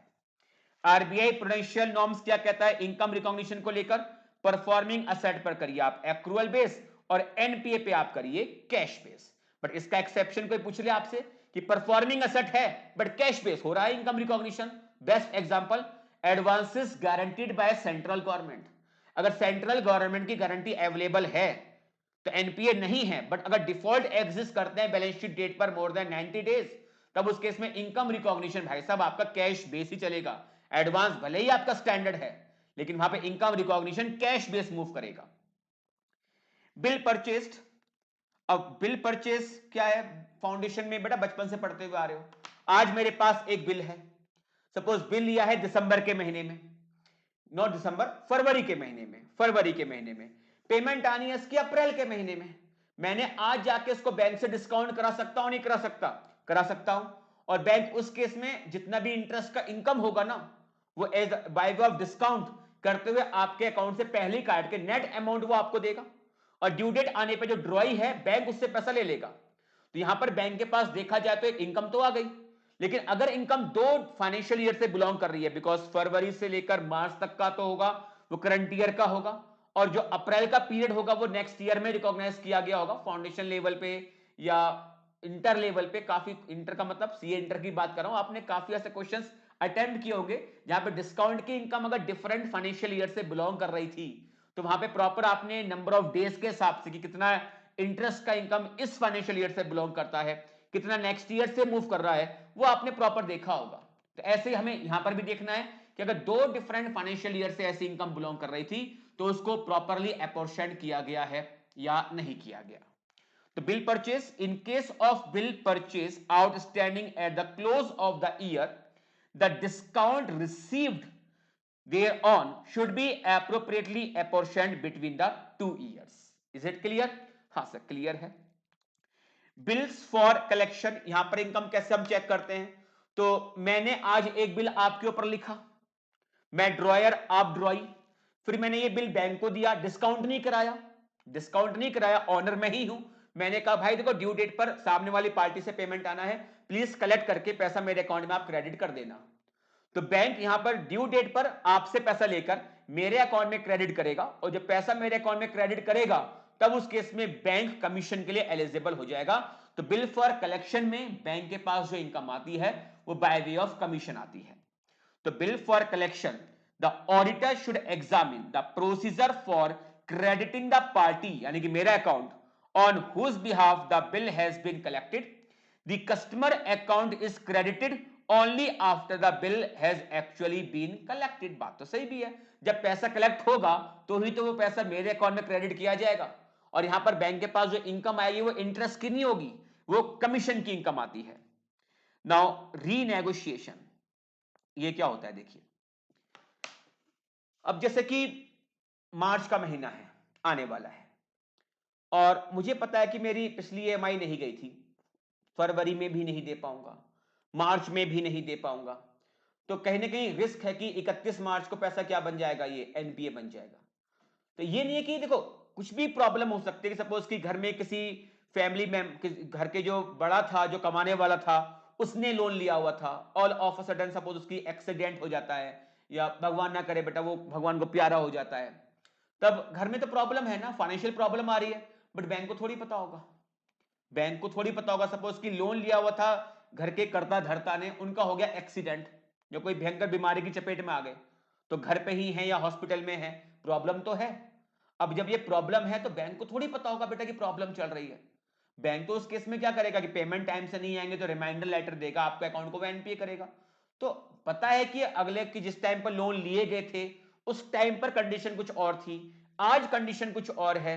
बिजनेस में कह सकता हूं कि फाइनेंशियल क्राइसिस है, या चलो कुछ हुआ ही नहीं है दुकानदार को, लेकिन फिर भी एक साथ मंदी का दौर आ जाता है, डिमांड एक साथ गिर जाती है, मेरी सेल इतनी निकल के नहीं आ रही है, इनकम नहीं है, इंटरेस्ट नहीं दे पा रहा हूं, ईएमआई का पेमेंट नहीं कर पा रहा हूं, प्रॉब्लम्स आ सकती है नहीं आ सकती, आ सकती है, जेन्युइन केस हो सकते हैं। तो अपने आपको एनपीए बनाने का वेट थोड़ी करना है, अगर ऐसी जेन्युइन प्रॉब्लम है तो आप बैंक में जाइए, और बैंक में जाके अपने जो लोन की टर्म्स एंड कंडीशंस थी उनको रीनेगोशिएट करिए। रीनेगोशिएट करने का व्हाट इज कॉल्ड नेगोशिएट करना, बातचीत करना। तो रीनेगोशिएट का मतलब क्या हुआ, दोबारा से बातचीत करिए, बैंक के पास जाइए, उनको अपनी प्रॉब्लम समझाइए। हो सकता है कि बैंक आपका जो पीरियड है वो थोड़ा सा बड़ा करके, जो अभी फॉर द टाइमिंग जो ईएमआई का अमाउंट का बर्डन ज्यादा है उसको वो शॉर्ट करते, पर ठीक है पीरियड अगर लंबा होगा तो उस केस में वो क्या हो जाएगा, आपका ईएमआई का अमाउंट क्या हो जाएगा, वहां पर वो शॉर्ट हो जाएगा।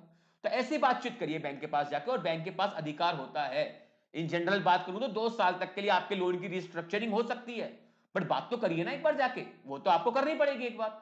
तो बैंक में जाते हैं, बातचीत की गई, रीनेगोशिएट हुआ, तो इस रीनेगोशिएट के लिए भी बैंक आपसे bye way of commission income charge करता है, और जो कमीशन की इनकम चार्ज की गई है तो वो जितना भी अब आपका रीनेगोशिएटेड पीरियड होगा उसमें वो इक्वली डिस्ट्रीब्यूट किया जाएगा, वो मुझे यहां पर चेक करना है। तो renegotiation, fees and commission earned by the banks as a result of renegotiation और rescheduling of the outstanding debt should be recognized on an accrual basis over the period of time covered by the renegotiated or reschedule extension of credit. Suppose कि 2 साल के लिए वो extra हो गया time, तो अगर 2 साल के लिए टाइम एक्सपेंड हुआ है तो जितनी भी बैंक ने इस रीनेगोशिएट करने के लिए, रीशेड्यूलिंग के लिए बैंक ने जो भी फीस और कमीशन आपसे चार्ज किया गया होगा वो सारा का सारा करंट ईयर का नहीं है, वो आपके 2 साल के लिए बिलोंग करेगा। तो जितना करंट पीरियड से बिलोंग करता होगा उतनी ही इनकम बैंकिंग कंपनी को यहां पर रिकॉग्नाइज करनी होगी। एक अच्छा क्वेश्चन बन सकता है एग्जाम में एमसीक्यू लेवल पर, अच्छा क्वेश्चन। रिवर्सल ऑफ इनकम, ये क्या होता है सुनिए ध्यान से, समझिए इसको ध्यान से। Reversal of income, mister x एक कस्टमर है बैंक का, आउटस्टैंडिंग बैलेंस सपोज इनके ऊपर है 10 लाख का, ठीक है। अब interest income accrued but not received, accrued but not received, let us suppose ₹50,000। जब इंटरेस्ट इनकम को एक्रू किया गया होगा तो एंट्री क्या पास हुई होगी, हमने सर एंट्री पास की होगी mister X debit, mister X debit to interest income, mister X debit to interest income. 50,000 रुपए से बच्चे जी एंट्री पास की गई होगी, हाँ सर की गई थी। लेकिन अब क्या होता है कि 31 मार्च को, 31 मार्च 2023 आ ही रहा है बस अब, तो 31 मार्च 2023 तक आते आते मिस्टर एक्स भाई साहब बन जाते हैं एनपीए,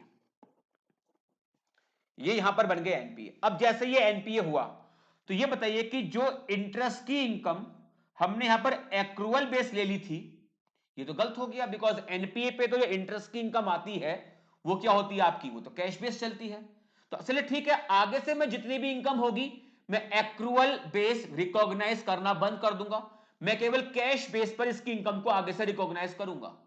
लेकिन ये बताइए कि जो पहली बार आपने यानी कोई अकाउंट, कोई advance account first time NPA बना, एनपीए क्लासिफिकेशन कब हो रहा है आपका, 31 मार्च को। अब हो सकता है कि पूरे साल भर में इससे इंटरेस्ट के नाम पर या कमीशन के नाम पर या फिर कोई फीस के नाम पर आपने इससे इनकम आपने एक्रूअल बेस रिकॉर्ड तो कर लिया, लेकिन 31 मार्च को जब ये अकाउंट एनपीए बन गया, एनपीए बन गया, तब उस केस में आपको ये इंटरेस्ट इनकम का करना पड़ेगा रिवर्सल, ये इंटरेस्ट इनकम का रिवर्सल होगा। पहली बात तो ये। अब आगे से देखिए, अब आगे से बैंक क्या कभी भी ये, जब तक ये अकाउंट एनपीए रहेगा, क्या बैंक ये एंट्री पास करेगा क्या, इंटरेस्ट, सॉरी यहां पर मैंने एंट्री ली, X debit to interest income, क्या ये एंट्री बैंक आगे से पास करेगा क्या, नहीं सर। आगे से सपोज कि ये एंट्री अगले साल 20,000 रुपए की आ रही है, तो ये एंट्री क्या बैंक आगे पास कर पाएगा, नहीं सर, बैंक ये एंट्री पास नहीं करेगा, बिकॉज अभी तो अकाउंट एनपीए है, और एनपीए तो इनकम जो रिकॉर्ड करनी है मुझे वो केवल एक्रूअल बेस पर नहीं करनी, मुझे वो केवल कैश बेस करनी है। इंटरेस्ट की इनकम, एक अकाउंट एनपीए बन गया है तो वो रिकॉग्नाइज आप किस बेस पे करेंगे, सर वो तो कैश बेस होगा। और ये जो एंट्री है वो किसकी है, सर ये तो एंट्री आपने एक्रूअल बेस की पास करी है। तो इसका मतलब तो बेटा बैंक कहीं ना, मेरी बात को जरा सुनना ध्यान से, इस केस में प्रॉब्लम पता है क्या आ रही है, प्रॉब्लम ये आ रही है कि क्या बैंक एक्स को फिर कभी डेबिट ही नहीं मारेगा। बिकॉज अगर हम ये कहते हैं कि पहले वाला केस ये देखिए कि जब हमने कहा कि X debit to interest income, X का अकाउंट 31 मार्च को बन गया एनपीए, जब एक्स का अकाउंट 31 मार्च को एनपीए बना तो ये एनपीए बन गया, तो यहां पे तो इनकम तो कैश बेस लेके चलनी है, लेकिन ये तो एक्रूअल बेस हो गया, तो मुझे इसका रिवर्सल करना है, मुझे इसका रिवर्सल करना है। क्या इसका रिवर्सल मैं ऐसे करूं कि मैं इंटरेस्ट इनकम टू एक्स, क्या इस तरह से रिवर्सल किया जाएगा क्या, सुनिए ध्यान से। अगर कोई advance account first time NPA बनता है तो उस एडवांस अकाउंट में जो भी आपने एडवांस दिया था उस पर वो सारी इनकम जो एक्रूअल बेस हुई थी बट अभी तक नहीं आई थी, एनपीए बनने तक नहीं आई थी, उस इनकम का रिवर्सल होगा, उस इनकम का रिवर्सल होगा। अब जो एंट्री हमने पास की थी एक्स से इनकम लेने के लिए, वो एंट्री ये थी X debit to income, interest income 50,000। अब ये रिवर्सल करना है, क्या रिवर्सल करने के लिए मैं ये एंट्री पास कर दूं क्या, interest income debit to mister X? No, ये एंट्री में एक्स को क्रेडिट नहीं किया जाएगा, इंटरेस्ट इनकम डेबिट होगी आपकी, इंटरेस्ट, बिकॉज ये मेरा पी&एल से रूट नहीं करेगा। लेकिन एक्स पे अपने अधिकार थोड़ी खत्म करने, एक्स तो भाई साहब मैं डेबिट मारूंगा, एक्स तो डेबिट होगा। और यहां पर एक memorandum account, sir what is called memorandum, यानी ऐसा अकाउंट जो आपके लेजर का, बुक्स ऑफ अकाउंट का पार्ट नहीं है, लेकिन यादाश्त के लिए, यादाश्त के लिए मुझे उसको साथ में लेता हुआ चलना पड़ेगा। बिकॉज अगर ऐसा ना हो, बिकॉज अगर ऐसा हुआ तो उस केस में पता है प्रॉब्लम क्या होगी, प्रॉब्लम ये रहेगी कि भाई साहब मैं तो फिर कभी मिस्टर एक्स से पैसा ले नहीं पाऊंगा, बिकॉज बुक में तो मैं एंट्री पास ही नहीं करूंगा। तो एक मेमोरेंडम अकाउंट में हम एंट्री पास कर लेंगे, interest income debit to interest suspense के नाम से, interest suspense. Basically interest suspense account ये अपने आप में होता है एक मेमोरेंडम अकाउंट, ये एक मेमोरेंडम अकाउंट है, यानी कि ये जो एंट्री हो रही है, ये एंट्री बैंक की जो प्रिंसिपल बुक्स में नहीं आ रही है। देखो ध्यान से देखना, यहां तो मैं रिवर्सल मार दूंगा, interest income debit to interest suspense account, और बेसिकली जो भी इंटरेस्ट सस्पेंस है ये एक मेमोरेंडम, ये एक तरह से मेमोरेंडम अकाउंट है याददाश्त के लिए कि भाई मुझे एक्स से इतनी इंटरेस्ट की इनकम लेनी है, भले ही ये इनकम अभी मैं पी&एल के जरिए रूट नहीं कर रहा, तो मैंने यहां पर जो इनकम थी उस इनकम का मैंने सिंपली यहां पर रिवर्सल कर दिया। और इन फ्यूचर मुझे जब जब एक्स से इंटरेस्ट की इनकम लेनी होगी, तो ऐसा नहीं है कि मैं उससे इंटरेस्ट की इनकम को रिकॉर्ड ही नहीं करूंगा, मैं इनकम के लिए एंट्री क्या पास करूंगा, मैं एंट्री पास करूंगा X debit to interest suspense account, to interest suspense account. यानी कि ये एंट्री मुझे ये याद दिलाती चलेगी कि भाई ठीक है एक्स, तेरे से मैं अपनी जो इनकम लूंगा वो कैश बेस ही रिकॉग्नाइज करूंगा, लेकिन ये नहीं कि ड्यू डेट आने पर मैं तुझसे कुछ भी इंटरेस्ट की मैं बात को रिकॉर्ड ही ना करूं, ऐसे तो मैं भूल जाऊंगा कि मुझे कब कब तेरे से कितना कितना इंटरेस्ट लेना है। तो एक मेमोरेंडम अकाउंट के अंदर वो इंटरेस्ट वाला पार्ट आपका मूव करता हुआ निकल जाएगा, that memorandum account is called as interest suspense account. पढ़ के देखिए ध्यान से, reversal income, if any advance becomes NPA as at the close of any year, ये फर्स्ट टाइम NPA बनने में प्रॉब्लम आएगी, बिकॉज उस केस में क्या है कि जो एडवांस इसका NPA बनने से पहले जितनी भी इनकम को एक्रूअल बेस पर रिकॉर्ड किया गया था उसका यहां पे रिवर्सल होगा। तो if any advance become NPA as at the close of any year, the entire interest accrued and credit to income account should be reversed, and if the same is not realized, बोले अगर relies नहीं हुआ है तो आप reverse करिए, बात तो सही भी है ना, जो इनकम मुझे मिल गई है उस पर रिवर्सल क्यों मारना। कोई अकाउंट बैलेंस शीट डेट पर पहली बार एनपीए बना, तो एनपीए बनने से पहले जितनी भी इनकम को एक्रूअल बेस रिकॉर्ड किया हुआ था और वो मिला नहीं था उसका रिवर्सल होगा। This will apply to government guaranteed advance also, क्यों, बिकॉज वहां पर भी जो आपका इनकम रिकॉग्निशन चलता है वो भी आपका कैश बेस चलता है, income record, this also apply to government guaranteed advance also.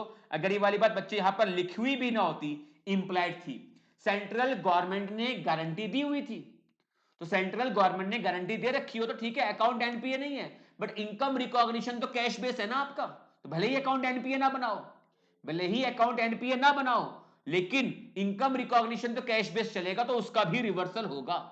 तो सेंट्रल गवर्नमेंट ने गारंटी दे रखी है, 31 मार्च को वो गारंटी अभी भी अवेलेबल है, एडवांस अकाउंट एनपीए नहीं बन रहा लेकिन डिफॉल्ट तो आए हैं, तब उस केस में उसकी इनकम को हम केवल कैश बेस लेके चलेंगे, तो वो सारी इनकम जो एक्रूअल बेस रिकॉर्ड हुई है बट मिली नहीं है उन सबका रिवर्सल होगा, उन सबका रिवर्सल होगा। रिवर्सल कौन से अकाउंट में होगा, that is called as memorandum account. On an account becoming NPA, bank should reverse the interest already charged and not collected by debiting profit and loss and stop further application of interest. However, bank may continue to record such accrued interest in memorandum account in their books for control purposes। और उस case में जो भी party account होगी, customer, जैसे मेरे case में mister X debit to interest suspense, ये एंट्री को हम लेते हुए चलते हैं, X debit to interest expense. Interest के एक्चुअल एंट्री क्यों पास नहीं कर रहे, बिकॉज भाई कैश बेस ही आएगा, तो मेरी बुक्स में एक्स डेबिट रहेगा, मेरी बुक्स में एक्स डेबिट रहेगा, लेकिन जो भी इंटरेस्ट वाला पार्ट होगा मैं पीएनएल से रूट नहीं कराऊंगा, उसको इंटरेस्ट एक्सपेंस में हम डालते हुए चलेंगे। तो बैलेंस शीट में आपको इंटरेस्ट एक्सपेंस देखने को मिल जाएंगे। तो इंटरेस्ट एक्सपेंस क्या रिप्रेजेंट करता है कि ये उस एनपीए पे इंटरेस्ट की एंट्री ली है जिसको हमने अभी कैश बेस रिकॉग्नाइज नहीं किया। इन फ्यूचर जब ये पैसा आएगा, इन फ्यूचर जब ये पैसा आएगा, तब उस केस में हम क्या करेंगे, इस इंटरेस्ट एक्सपेंस को उसके अगेंस्ट हम सेट ऑफ करना स्टार्ट कर देंगे। Is it clear? हाँ सर, बात तो सही है। चलिए, इनकम फ्रॉम इन्वेस्टमेंट, अभी आपको बताया था कि इनकम फ्रॉम इन्वेस्टमेंट तीन तरह से मूव करती है आपकी। तीन तरह से, कौन कौन सी? एक तो इंटरेस्ट की आ सकती है, इन्वेस्टमेंट को सेल करके आ सकती है, या इन्वेस्टमेंट को रिवैल्यू करने में आपके कुछ प्रॉफिट या लॉस हो सकता है। लॉस होने पे बेसिकली इनकम नहीं है, हाँ, लेकिन अगर इनकम को, नॉट इनकम, इन्वेस्टमेंट को अगर वैल्यू किया है और वहां पर एप्रिसिएशन है, तब उस केस में वहां पर आपके प्रॉफिट आ जाते हैं। तो interest income on investment, profit on sale of investment, and profit या loss on revaluation of investment. In term of guidelines issued by RBI, investments are to be valued at periodic intervals and depreciation or appreciation in valuation should be recognized and taken to the profit and loss account। तो MCQ बन सकता है कि बताइए banking company को investment से किस किस तरह से इनकम आ सकती है। तो एक इनकम मेरे पास बन सकती है कि भाई इंटरेस्ट की इनकम आई, एक है कि भाई हमने इन्वेस्टमेंट को सेल ही कर दिया, प्रॉफिट हो गया, या हमने कहीं पर इन्वेस्टमेंट किया हुआ था और हमारी इन्वेस्टमेंट की वैल्यू ही बढ़ जाती है, सेल नहीं किया था बट आज जो इन्वेस्टमेंट सपोज 1 करोड़ रुपए का था, वो इन्वेस्टमेंट 1 करोड़ 20 लाख का हो गया, तो 20 लाख का जो एप्रिसिएशन हुआ है ये भी आपका प्रॉफिट है, पीएनएल से आप इसको रूट करिए। नाउ ये है हमारा last item, that is expenses. तीन आइटम की बात की थी हमने, ऑडिट ऑफ एडवांस कवर कर लिया, रिवेन्यू आइटम के अंदर हमने इनकम कवर कर लिया, लास्ट आइटम पे आते हैं ये एक्सपेंसेस।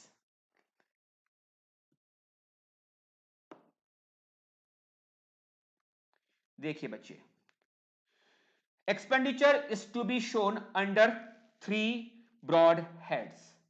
मेन कहां पर इनका एक्सपेंस हो रहा है, इंटरेस्ट। जिसने भी बैंक में एफडी करा रखी होगी, या रेकरिंग डिपॉजिट होते हैं, या टाइम डिपॉजिट होते हैं। टाइम डिपॉजिट कौन सा, सेविंग अकाउंट वाला। करंट अकाउंट में तो बैंक को इंटरेस्ट नहीं देना होता, लेकिन सेविंग पर है और एफडी है, क्या बैंक को वहां पर इंटरेस्ट देना होता है, नहीं देना होता। जिस तरह से एडवांसेस जब मैं देता हूं तो इंटरेस्ट की इनकम आती है, तो पब्लिक से जो डिपॉजिट्स आपने, कस्टमर से जो आपने डिपॉजिट्स ले रखे हैं, वहां पर आपको इंटरेस्ट पे करना होता है। तो मेन तो मैं कह सकता हूं कि मेन इनका एक्सपेंस क्या हुआ आपका, इंटरेस्ट एक्सपेंस। फिर ऑपरेटिंग एक्सपेंस, बैंक को ऑपरेट करना है तो एडमिनिस्ट्रेशन के जो खर्चे होते हैं आपको बैंक को ऑपरेट करने के, वो खर्चे। और एक खर्चा है यहां पर bye way of provision and contingencies. तो मेन तो अगर मैं पूछूं प्रोविजनिंग किसके ऊपर, तो जो आपने एडवांस दिए हुए होते हैं उनको ऊपर, पहले तो उन्हें मैं क्लासिफाई करता हूं, स्टैंडर्ड, एनपीए, एनपीए में सब स्टैंडर्ड, डाउटफुल, लॉस असेट, या इनकम टैक्स की हम प्रोविजनिंग की बात कर सकते हैं। कोई भी और कोई भी लिटिगेशन टाइप का था, वहां पर अगर लगता है कि हाँ हमारा कोई प्रोबेबल आउटफ्लो है कि हो सकता है, तो वहां पे प्रोविजनिंग करने की रिक्वायरमेंट आती है। तो these are the some source of, not source, these are the some broad categories of expenses. तो ऑडिट ऑफ इंटरेस्ट एक्सपेंसेस, तो मेन तो वही कवर करना है आपको, ओसीएसी की अकरेंस की बात करेंगे, कंप्लीटनेस की बात करेंगे, एक्यूरेसी की बात करेंगे, कट ऑफ की बात करेंगे। In carrying out audit of interest expense, auditor is primarily concerned with assessing the overall reasonableness of the amount of interest expenses। वैसे इसने केवल reasonableness की बात करी है, लेकिन यहां पर आप occurrence की बात करके आइए, कंप्लीटनेस की बात करिए, कहीं कोई अनरिकॉर्डेड इंटरेस्ट एक्सपेंस तो नहीं है, प्रॉपर अमाउंट से रिकॉर्ड किया गया, नहीं किया गया, जिस फाइनेंशियल ईयर का इंटरेस्ट बनता था उस फाइनेंशियल ईयर में रिकॉर्ड किया गया, नहीं किया गया। तो अपने बेसिक प्रिंसिपल से कभी भी डाइवर्जन मत लेना, ठीक है। हो सकता है कि पॉइंट स्टडी मटेरियल में ना दिया हो बट जेन्युइन पॉइंट है, because these are the assertions जिनके ऊपर मुझे sufficient appropriate audit evidence obtain करने होते हैं। तो प्लीज इन पॉइंट को आप एग्जाम में लिख के आइए। आप अगर बैलेंस शीट आइटम है तो ईसीआरवी की बात कर दो, existence, completeness, right and obligation, valuation and allocation adjustments. और अगर बात करते हैं हम ट्रांजैक्शन और इवेंट्स की, तो आप ओसीएसी की बात करके आइए, अकरेंस की बात करिए, कंप्लीटनेस की बात करिए, एक्यूरेसी की बात करिए, कट ऑफ की बात करिए, क्लासिफिकेशन की बात करिए। The auditor should obtain from bank an analysis of various types of deposits outstanding at the end of each quarter, क्योंकि जो इंटरेस्ट का मीटर दौड़ता है वो क्वार्टरली चलता है, इसलिए यहां पर क्वार्टरली एंड पे बात करी। The auditor should obtain from bank N analysis of various types of deposits, कि भाई टर्म डिपॉजिट कितने हैं, यानी कि डिमांड लायबिलिटी, टर्म लायबिलिटी की बात करिए ना। सेविंग वाला जो होगा वो आपका डिमांड लायबिलिटी है बैंक के पॉइंट ऑफ व्यू से, और जो फिक्स डिपॉजिट है वो आपकी टाइम लायबिलिटी होती है। तो various types of deposits outstanding at the end of each quarter, from such information auditor में work out a weighted average interest rate. Sir what is called weighted average interest rate, कि भाई इस quarter में कितना हमारे पास deposit थे और इस क्वार्टर में बैंक ने कितना इंटरेस्ट बेसिकली पे किया हुआ है, तो मैं वहां से एक weighted average interest rate calculate कर सकता हूं। बोले वो कैलकुलेट करिए।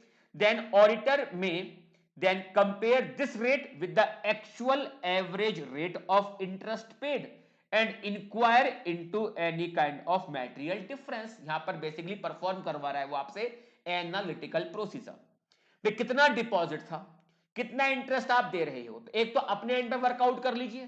तो ये तो क्या हो गया, एक ऑडिटर की अपनी एक्सपेक्टेशन, और उसको फिर मैं एक्चुअल के साथ कंपेयर कर रहा हूं।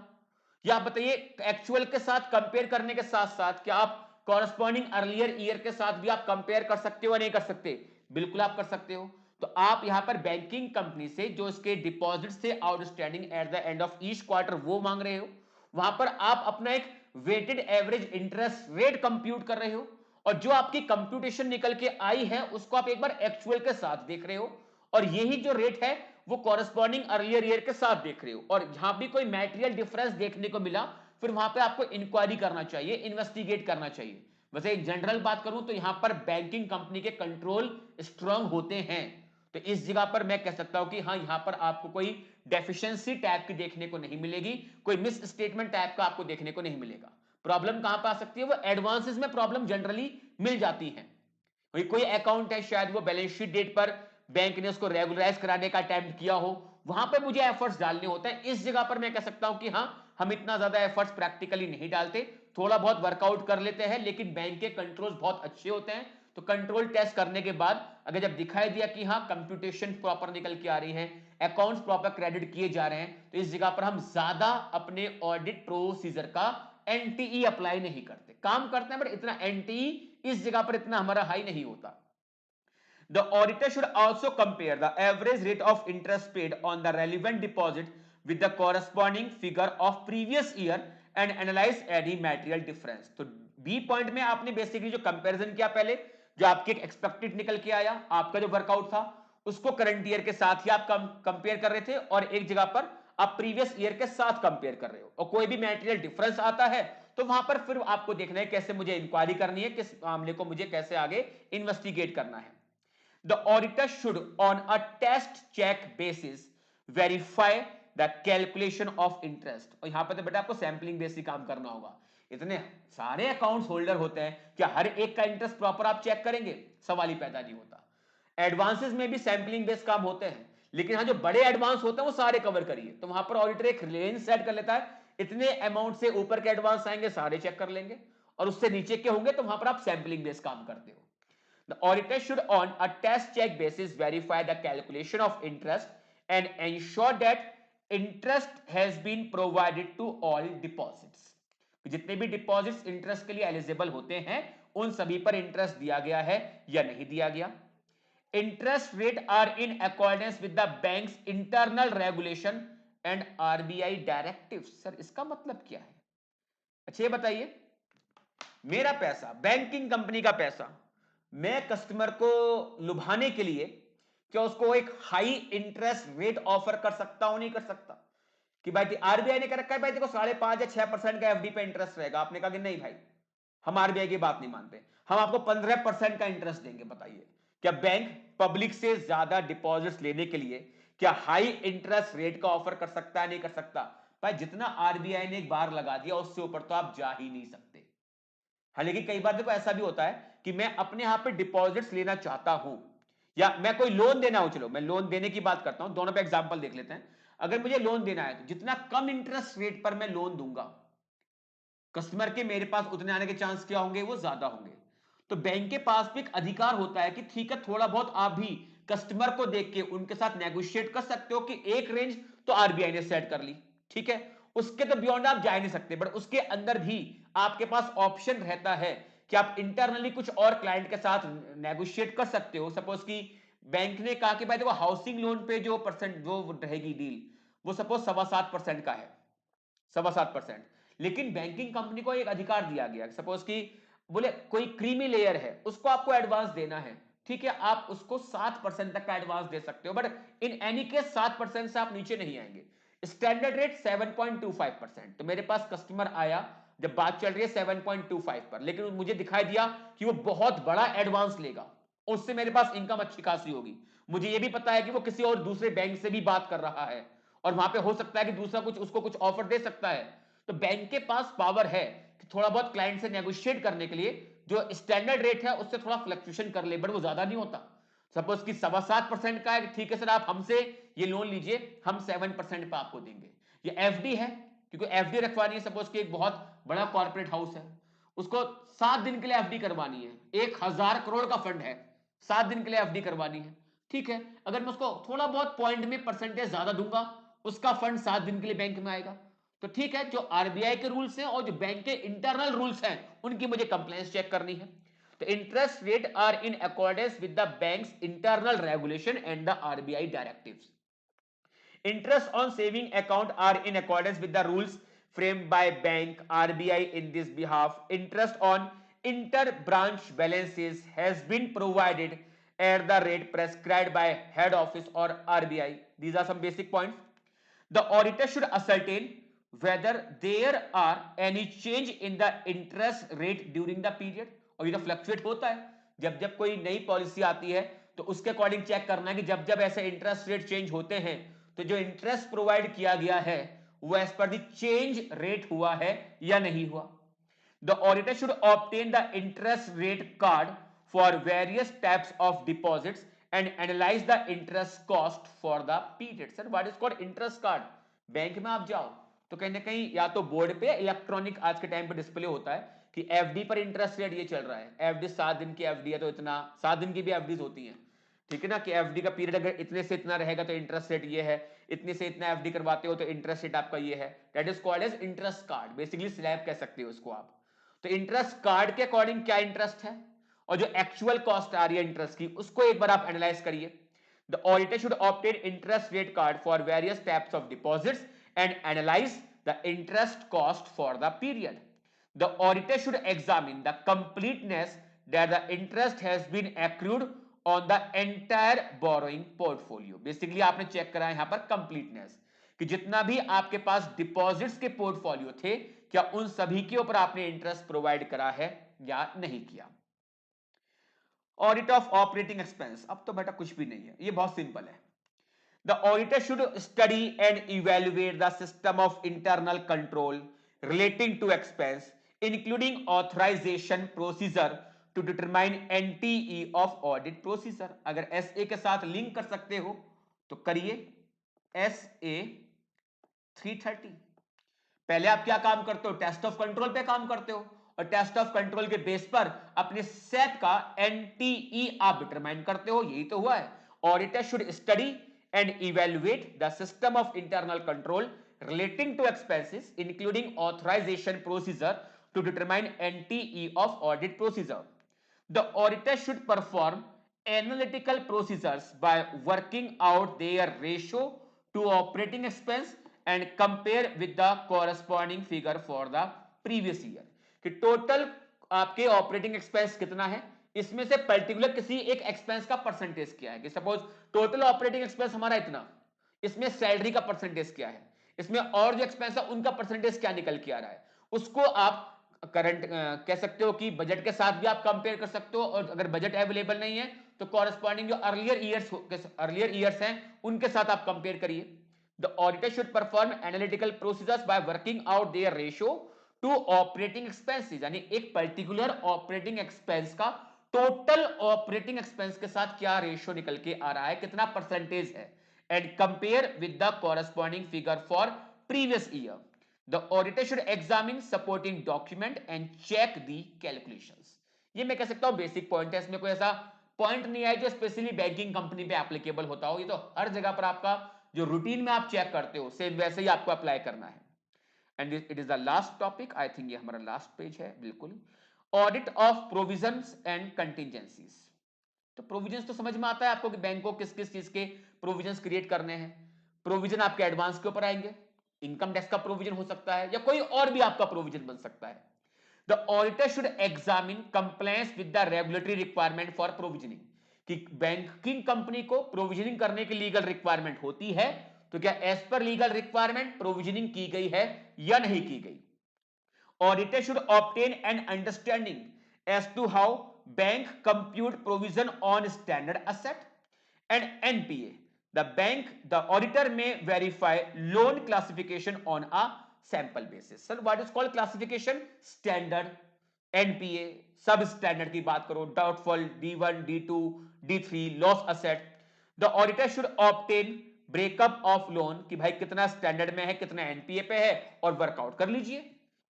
Examine tax provision computation. तो अभी तक तो देखो जो ए बी सी पॉइंट है वो स्पेसिफिकली आपको जो निकल के आ रहा है वो एडवांस को लेके आया, बट यहां पर प्रोविजन का मतलब केवल एडवांस का प्रोविजन नहीं है, हम यहां पर सारे के सारे प्रोविजंस कवर करते हुए चलेंगे.